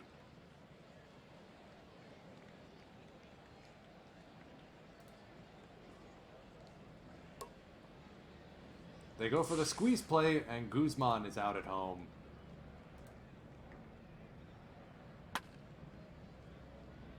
Punched into right field for Onizuka. Munoz heads to third. Runners at the corners now with one out, or two down. And a pickoff throw goes errant. Onizuka heads to second. Munoz comes in to score. Masataka Yoshida will get a full count walk. The 1-0 to Ota. Fly ball deep to right center field. That falls. I don't know what was happening with the outfielders, but he misplayed it entirely. Ota scores 2 with a double and manages to get to third on the misplayed fly ball. I think he may have lost it in the dome. Seiya Suzuki puts a charge into this one. That's going to find the right field corner. Ota scores. 4-0 good guys.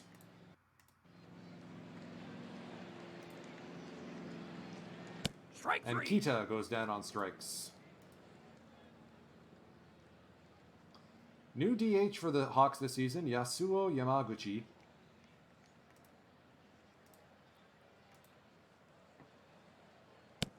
Gomez will offer him a free pass. Breaking up Mitsugu Matsuda. The 1-0 to him.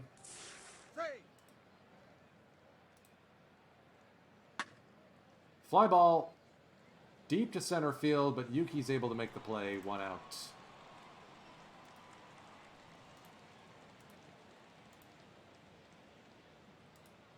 Kota Makihara Strike three. called strike three on fastball on the outer half. Shortstop Carlos Jorge with Kenta Imamiya unavailable or no longer a Hawk.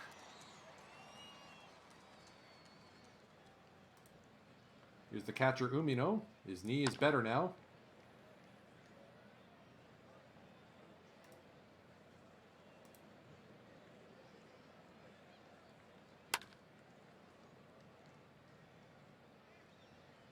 Quietly in order here in the bottom of the second. That would be the 9, 1, and 2 batters all flying out. Kono Takahashi has settled down. Hard hit ball down the right field line and into the corner. Seiya's up throwing, but it's a leadoff double for Ryusuke Kinoshita.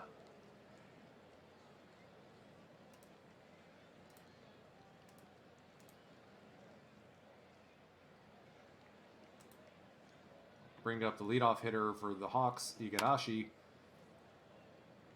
Diving stop by Seiya Suzuki on a dying quail out into the right field corner.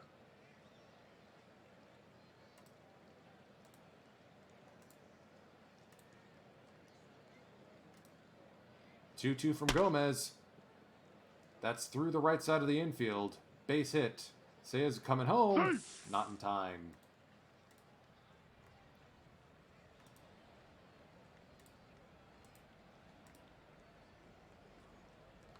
I'll bring up Shu Masuda, and buffs don't want anything to do with him. They're just going to walk him.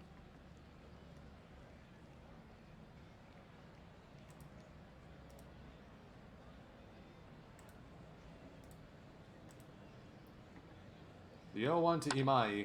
On the ground, 6, 4, 3. That's a double play. 4-1 Buffaloes over Hawks now. And Gomez at 56 pitches may not be long for the rotation. Strike 3.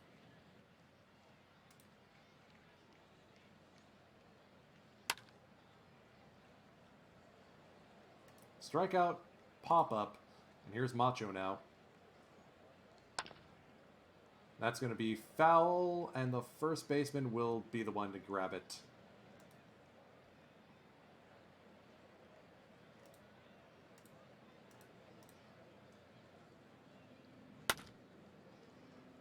Guzman, deep in the hole, makes a play.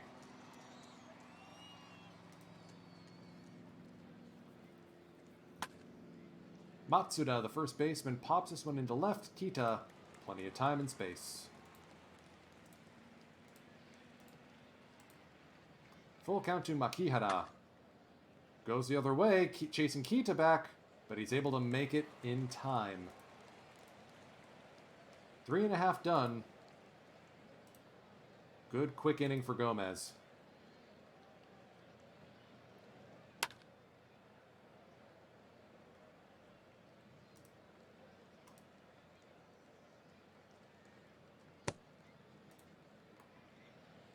Seiya with a 1-out walk. Kita with a 1-out walk. Runners at first and second now.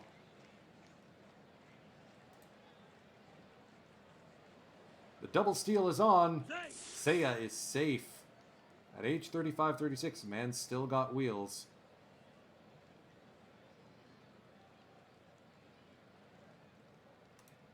The 2-2 to Umino. Lined right to the second baseman. Here's Yuki Sato now with a timely chance. On the ground to the shortstop. No runs, despite 2 runners in scoring position. Here's Jorge, that shortstop. Strike 3.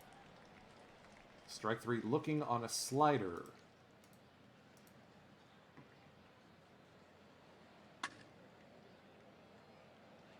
Line drive, but right to Kita for the second out of the inning.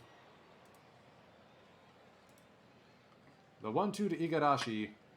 On the ground, Guzman across the diamond. 5 solid innings from Carlos Gomez, and at 80 pitches, that may be the end of his day.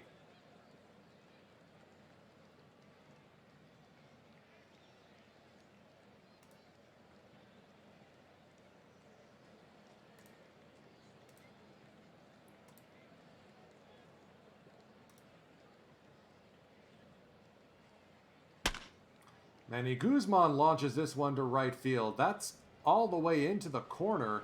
And Guzman has a leadoff double to start the bottom of the 5th.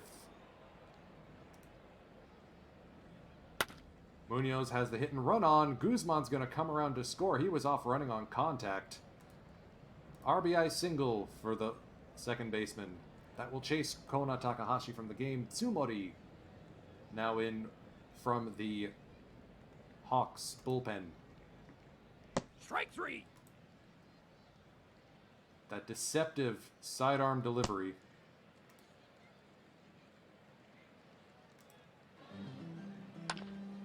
Ota punches this one into left field. Base hit. Everyone moves up 90 feet.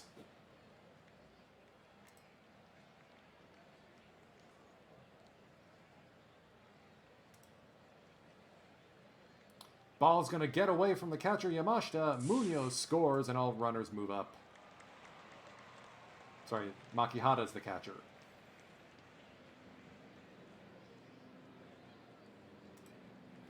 Full count to Seiya now.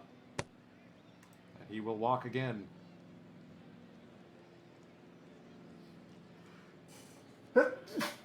Pardon. Full count to Kita. flared into the outfield gap. That's going to score at least 2. Center fielder Kawano is there. Kita pulls into third with a triple. It's 9-1 Buffaloes now.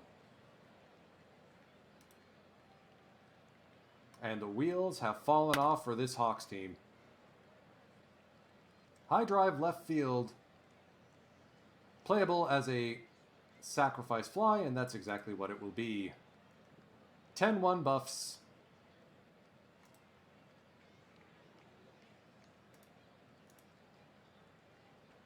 We're going to bring Tsuneyuki Tanaka in. He's going to allow the first 2 hits.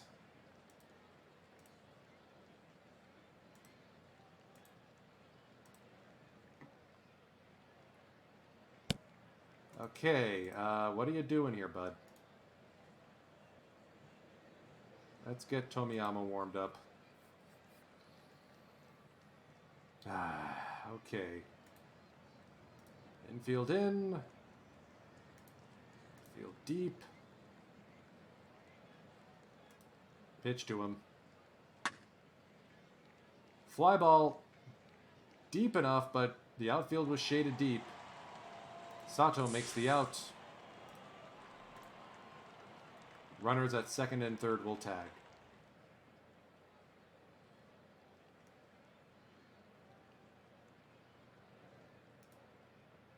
Stay in that no doubles defense.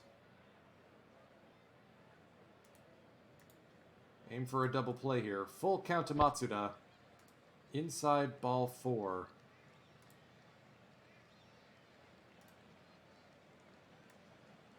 That will put an end to Tsuneyuki Tanaka's night. Ryoga Tomiyama is going to come in to face the catcher, Kota Makihara. Base is still loaded. The 2-1. Little number in front of the mound. Umino is going to take it home himself and then make it a time for first. That's a 2-3 double play. All that mess, and the Buffs only allow the 1 run.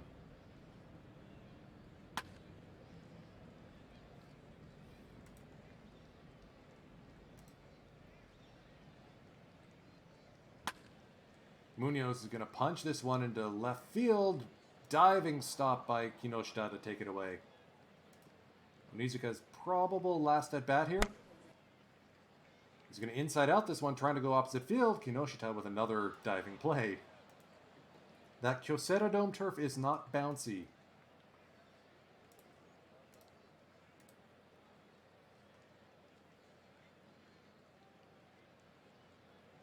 Keiichi Noguchi now comes in to take over at first.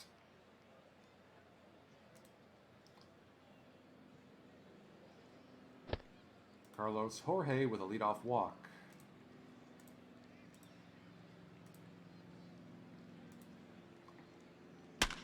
Two-one to the left fielder Ryusuke Kinoshita.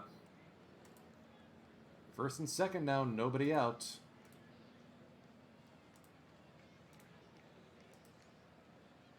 The 1-2 to Igarashi. Strike 3. Strikeout swinging. I will take that.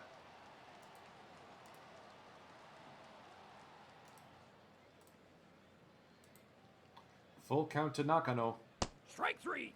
Down swinging as well.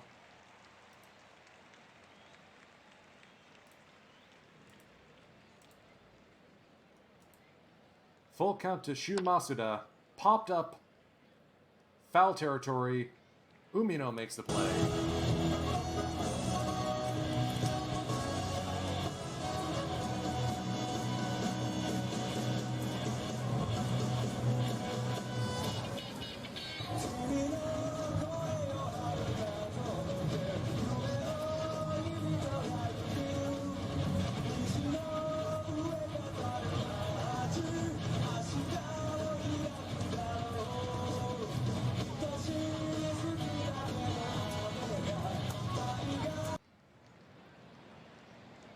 I gotta figure out who's gonna be taking the 8th and the 9th. Yoshida puts a charge into this one. Deep right field, hooking and fair.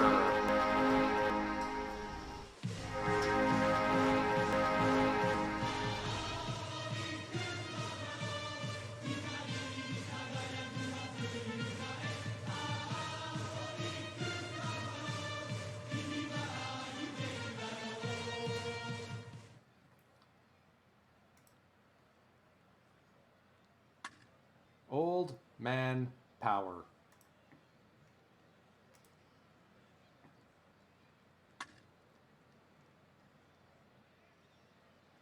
Kinoshita's been busy out there and left.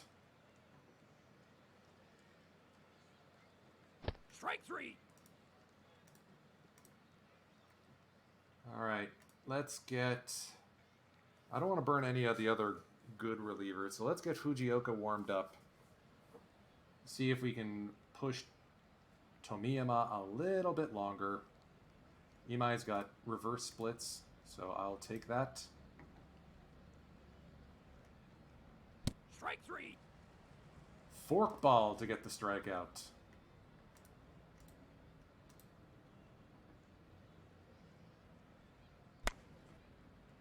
Fly ball left side, Kita.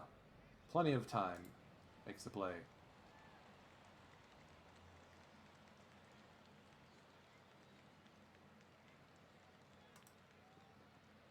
Here's Matsuda. On the ground, Munoz. On to Noguchi. That will probably be it for Tomiyama. 46 pitches for 2 2/3 innings. Bring Yoshihiro Fujioka back into the game. A little bit of short rest, but we just need someone to get us through the 9th inning.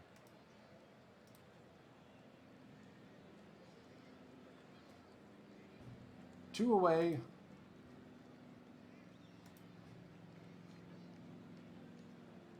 Here's Igarashi.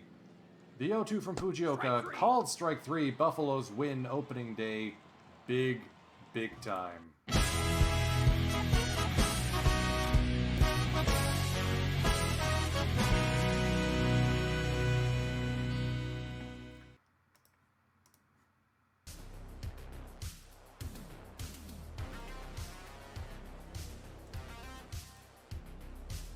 So the Tigers are starting the season 4-0.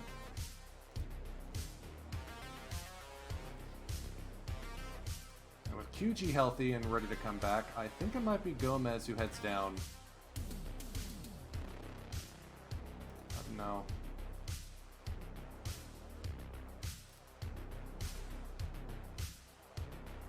You know what? It might be Tanaka, yeah.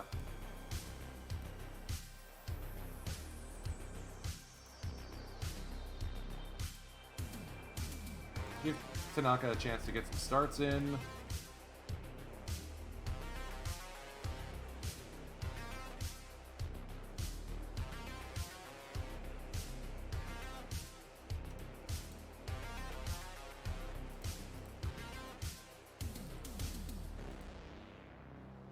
And with QG back in the rotation, I'm expecting good things.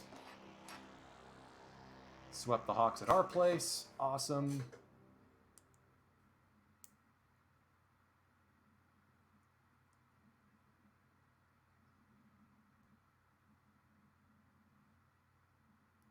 Okay, so it's a bit of a dogfight up at the top of the Pacific League so far.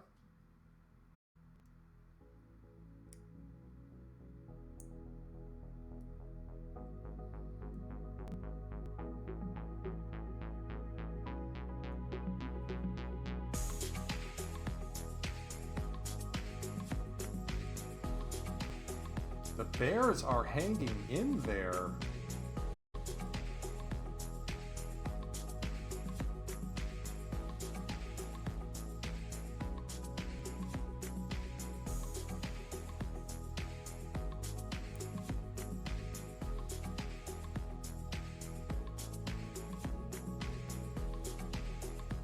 Yoshitomo Tsutsugo gets to 2,000 hits as a member of said Niigata Komatsu Bears. Good for him.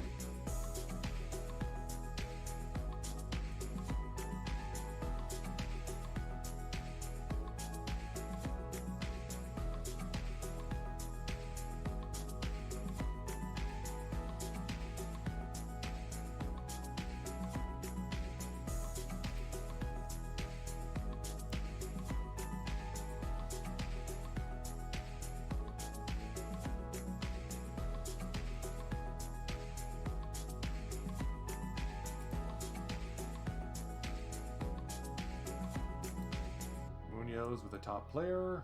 Player of the week. 20-game hit streak for Munoz. He's batting .473.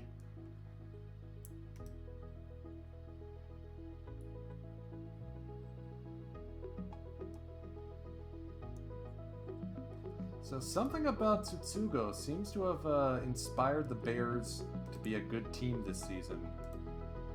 24-game hit streak for the Buffalo second baseman. Good enough to win Batter of the Month in April. .473 batting average.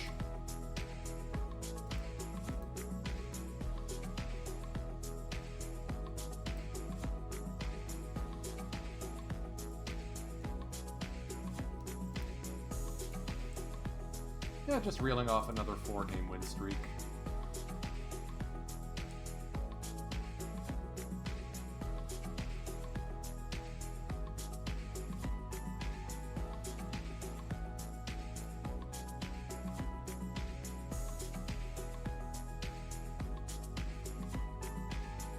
Namine had a bit of a rough start to the season, but he seems to be calming down.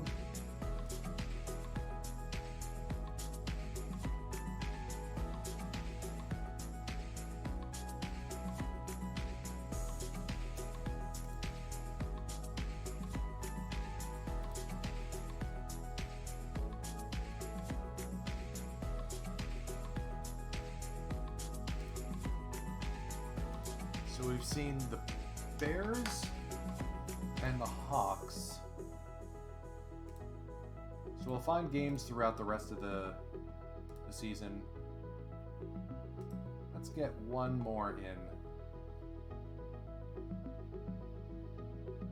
Last game of the season is against the Spirits, so not going to be them.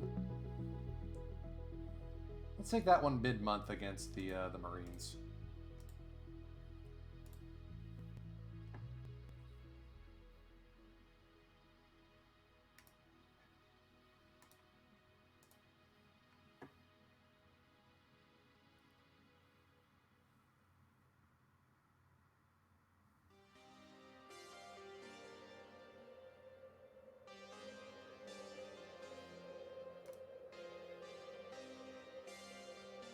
Okay, Shinohara may have just lost his starting role.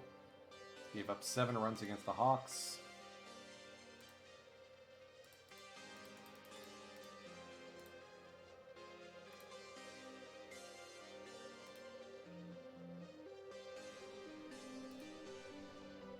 You know, let's see one of his games. Let's actually take the one against Cebu.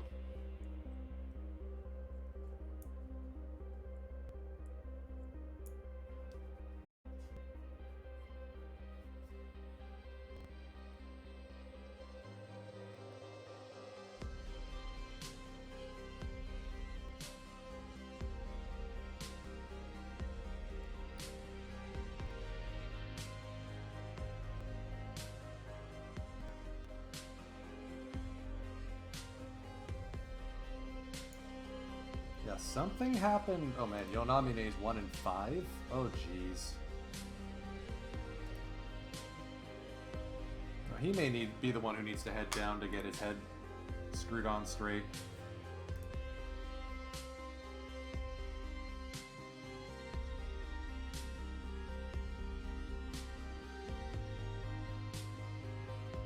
Kita seems to have turned into a pumpkin again. That's distressing.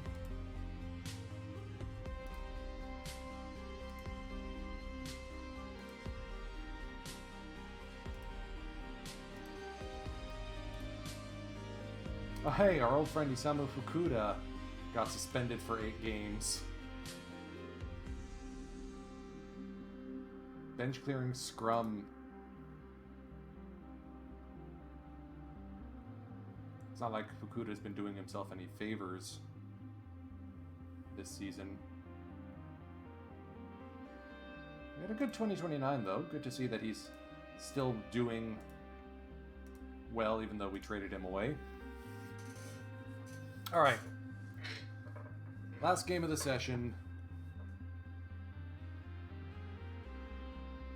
Noguchi getting a rare start in left field in place of Kita. Okuma getting a start at second base, Munoz getting the day off. This could be an interesting one.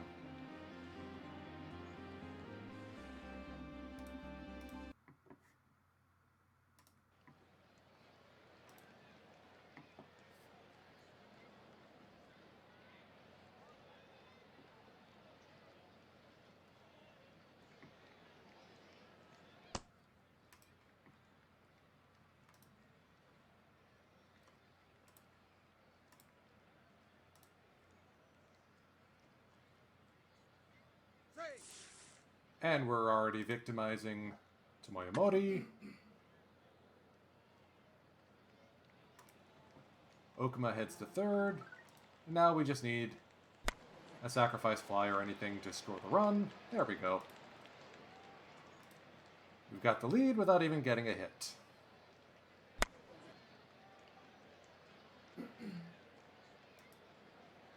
It's all about the run manufacturing. Okay, Shinohara. Let's see how you fare against this crew. Oh, Yuki Sato also got the day off. It's Kita out in center field. This could be interesting.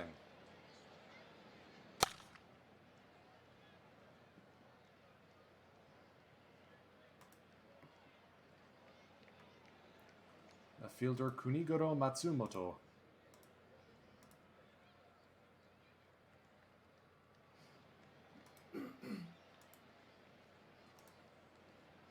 Sato's tired, so is Munoz. That's why they're both sitting. Okay, alright. This is going to be tricky.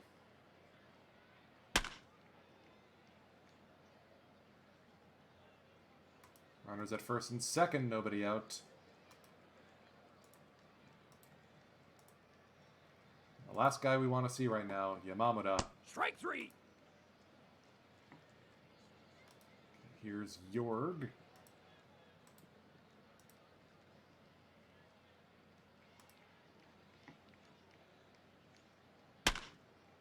On the ground, up the middle. Couldn't come up with it. Tie game. See?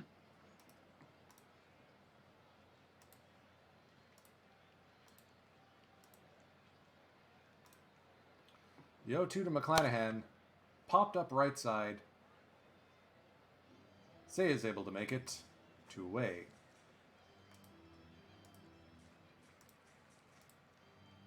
That will bring up Mori. The 2-1. Goes the other way, in for a single. But a good throw from Noguchi keeps it to just that.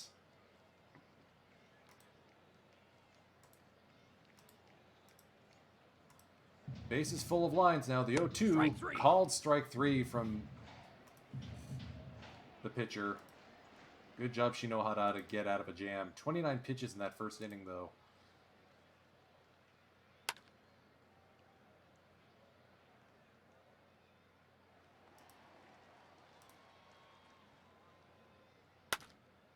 There we go. Seiya Suzuki drops one into right. Jorg can't get there in time. Oh, interesting. They also have a different defensive alignment. Frazier's in center instead of right, or instead of left. Or to fit Matsumoto in left. Full count to Kita. On the ground, 4-6, no 3. Stays out of the double play.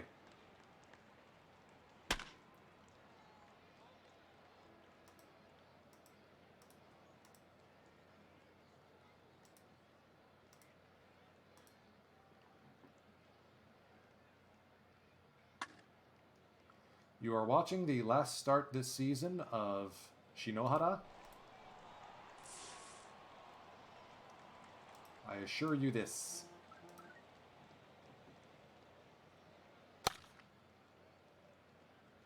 Okay, Ota's able to make that play. Back to the top of the lineup again. Here's Matt Frazier again.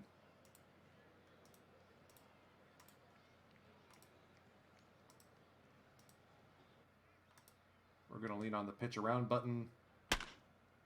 High drive, deep to right, and that one will find the sands.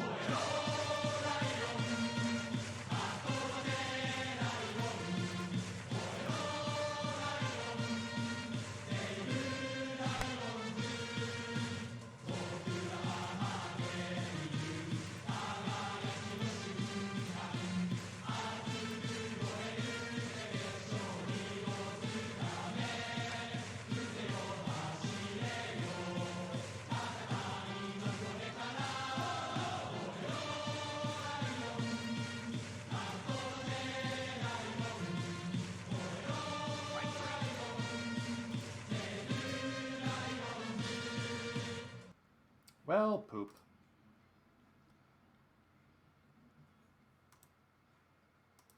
We may need to get Shimazu warmed up as an emergency starter if this keeps up.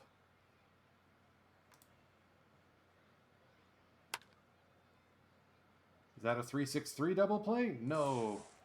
Just 3-6. Okuma too fast. Runs through it.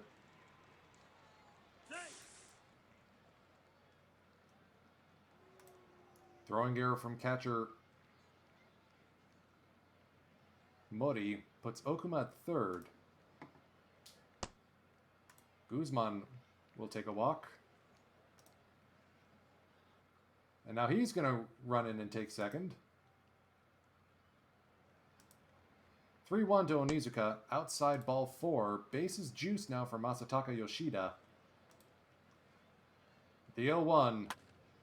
On the ground. But safe at first. No double play, and a run will come in to score. Old man legs. Okta doinks this one into center field. Tie ball game. Phew.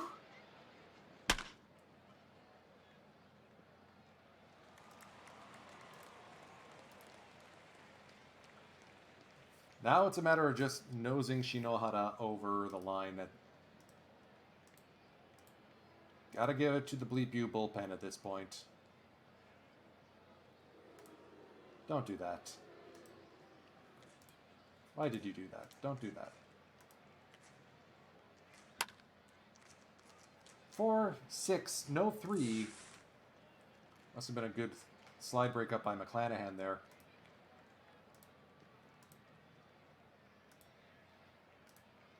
The 1-1 to Kondo. That's going to go around the horn. 5-4-3 double play to get out of the third.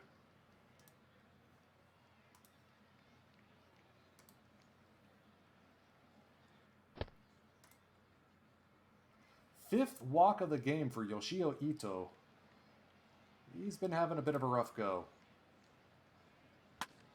2-1 from Noguchi. That's going to go around the horn.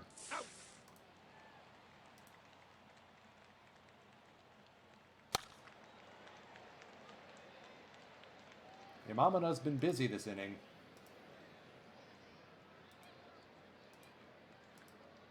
Here's Misawa. Okuma gobbles that up pretty easily. Shinobu Choshi, the second baseman. Guzman charges up the middle, makes the play. Here's Frazier, who burned this team last time up. Popped this one up. Right behind second base, Guzman makes the play. Top of the fifth now, back to the top of the order. And Okuma puts a charge into this one, deep to left field. No way! Okuma, Mr. 30 home run power. His first home run in almost 3 years. No, that is in 3 years.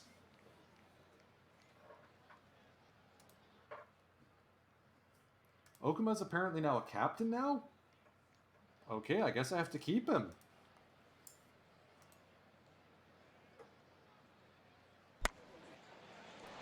Guzman lines it right to the third baseman Yamamata.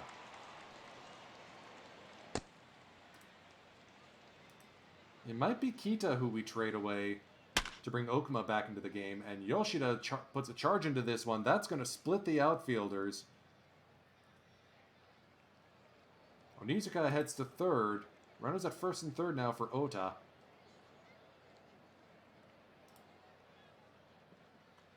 The safety squeeze is on, but flies out right to the catcher, or right to the pitcher. So much for that idea. The 1-2 to Seiya. Strike 3. Down on strikes. First strikeout of the game for Yoshio Ito. But the Buffs have the lead. Now we just got to count on Shinohara to get through one more inning.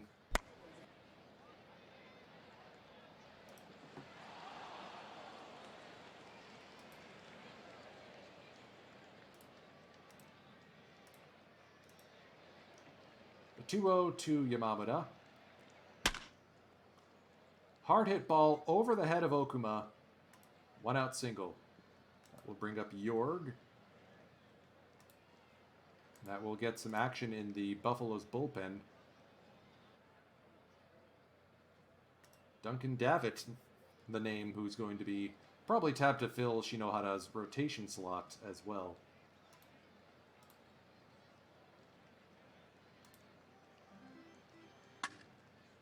High drive, deep to right field, and this game is no longer in our favor.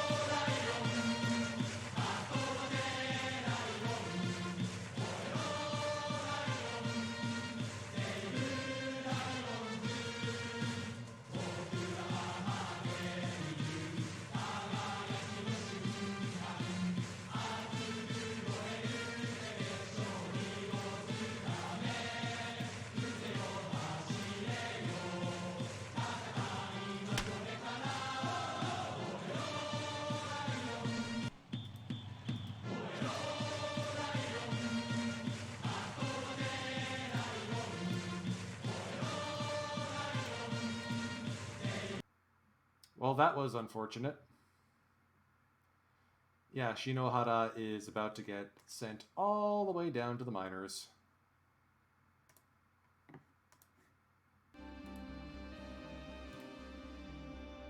Bye, Felicia.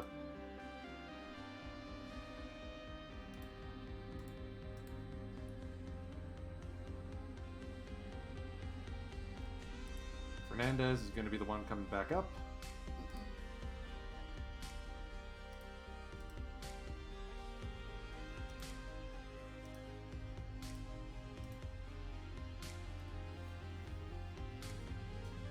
I mean, Shimazu's numbers aren't that great either.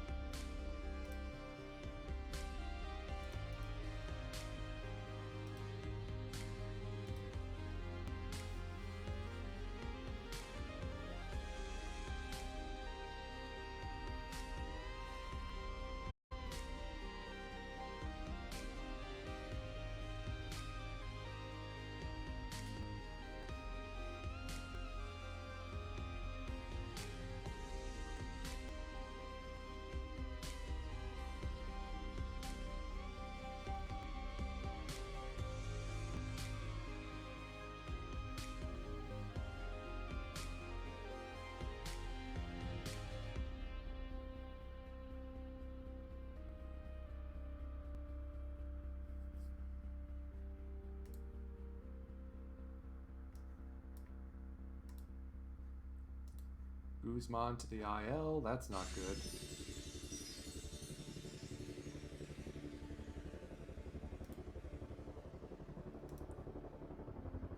That means we're gonna have to call up Katsuura. Okuma's gonna draw in to be part of the starting lineup again.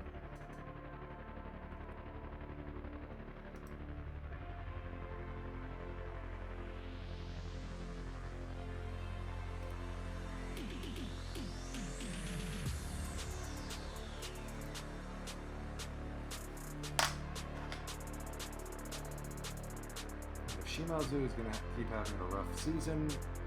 He's going to head down. Yamauchi joins the bullpen.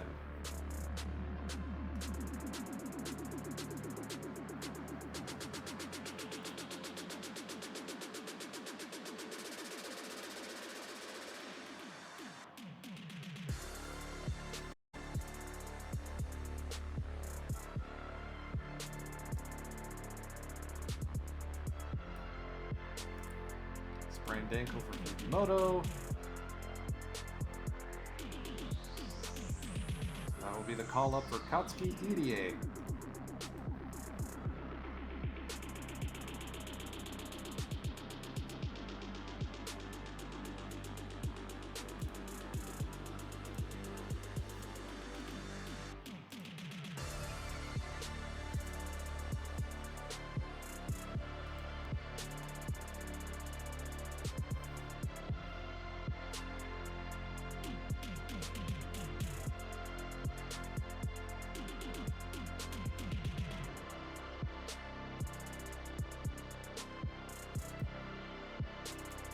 let's get to the end of May, then we'll stop the session.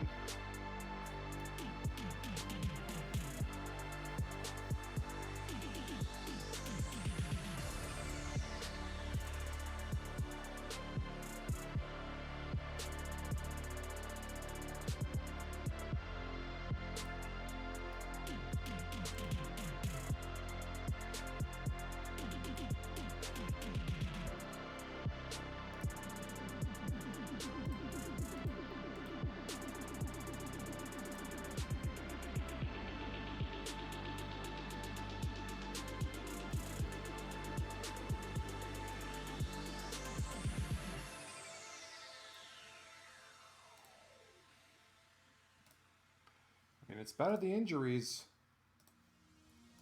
I'll take it. We managed to rack up 10 in a row before losing to the Bears 14-6.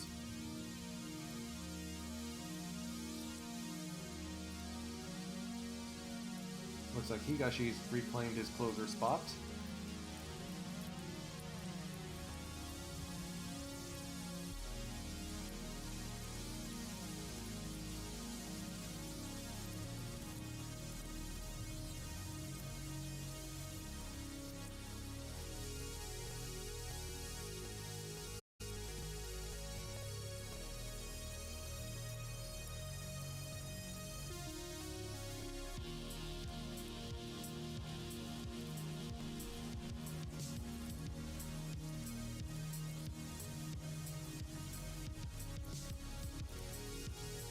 I think that'll about wrap up our session. 36-12 through 2 months. Good on the Bears for actually putting together a competitive team for the first time in their franchise history. It's not all just Shosei Nakamura, I bet. There's also Kota Inoue. There's also Yoshitomo Tsutsugo. And the fact that their pitching core has matured in a big way.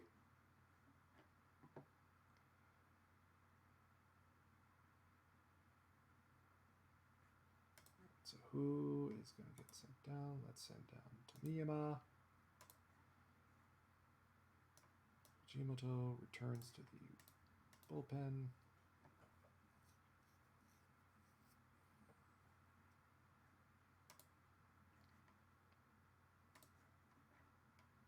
Max Kepler having himself a good return back to the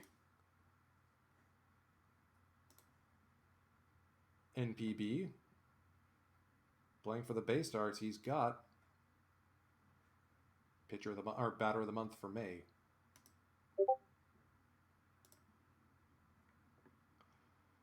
So let's figure out what's going on with the Bears here. Why their offense has suddenly clicked into form. Natsuki Endo's having himself a campaign for the ages. Honma's turned into someone decent. Sawano's having a good year. Tsutsugo's doing Tsutsugo things. And the starters have come in. Sato, Oshima, Ito, Tanaka, who they picked up in the Rule 5 draft. Credit where credit is due. These guys have turned it around. Hey, is that a former Buffalo? Oh yeah, he got picked up in the expansion draft. I forgot about him. I'm surprised he's still with the Bears. So credit where credit is due. They built themselves a team that can actually compete. And as for us, well, it's still our pennant, and we got to keep it that way. I will see you next week, as Self-Indulgence Week is finally over.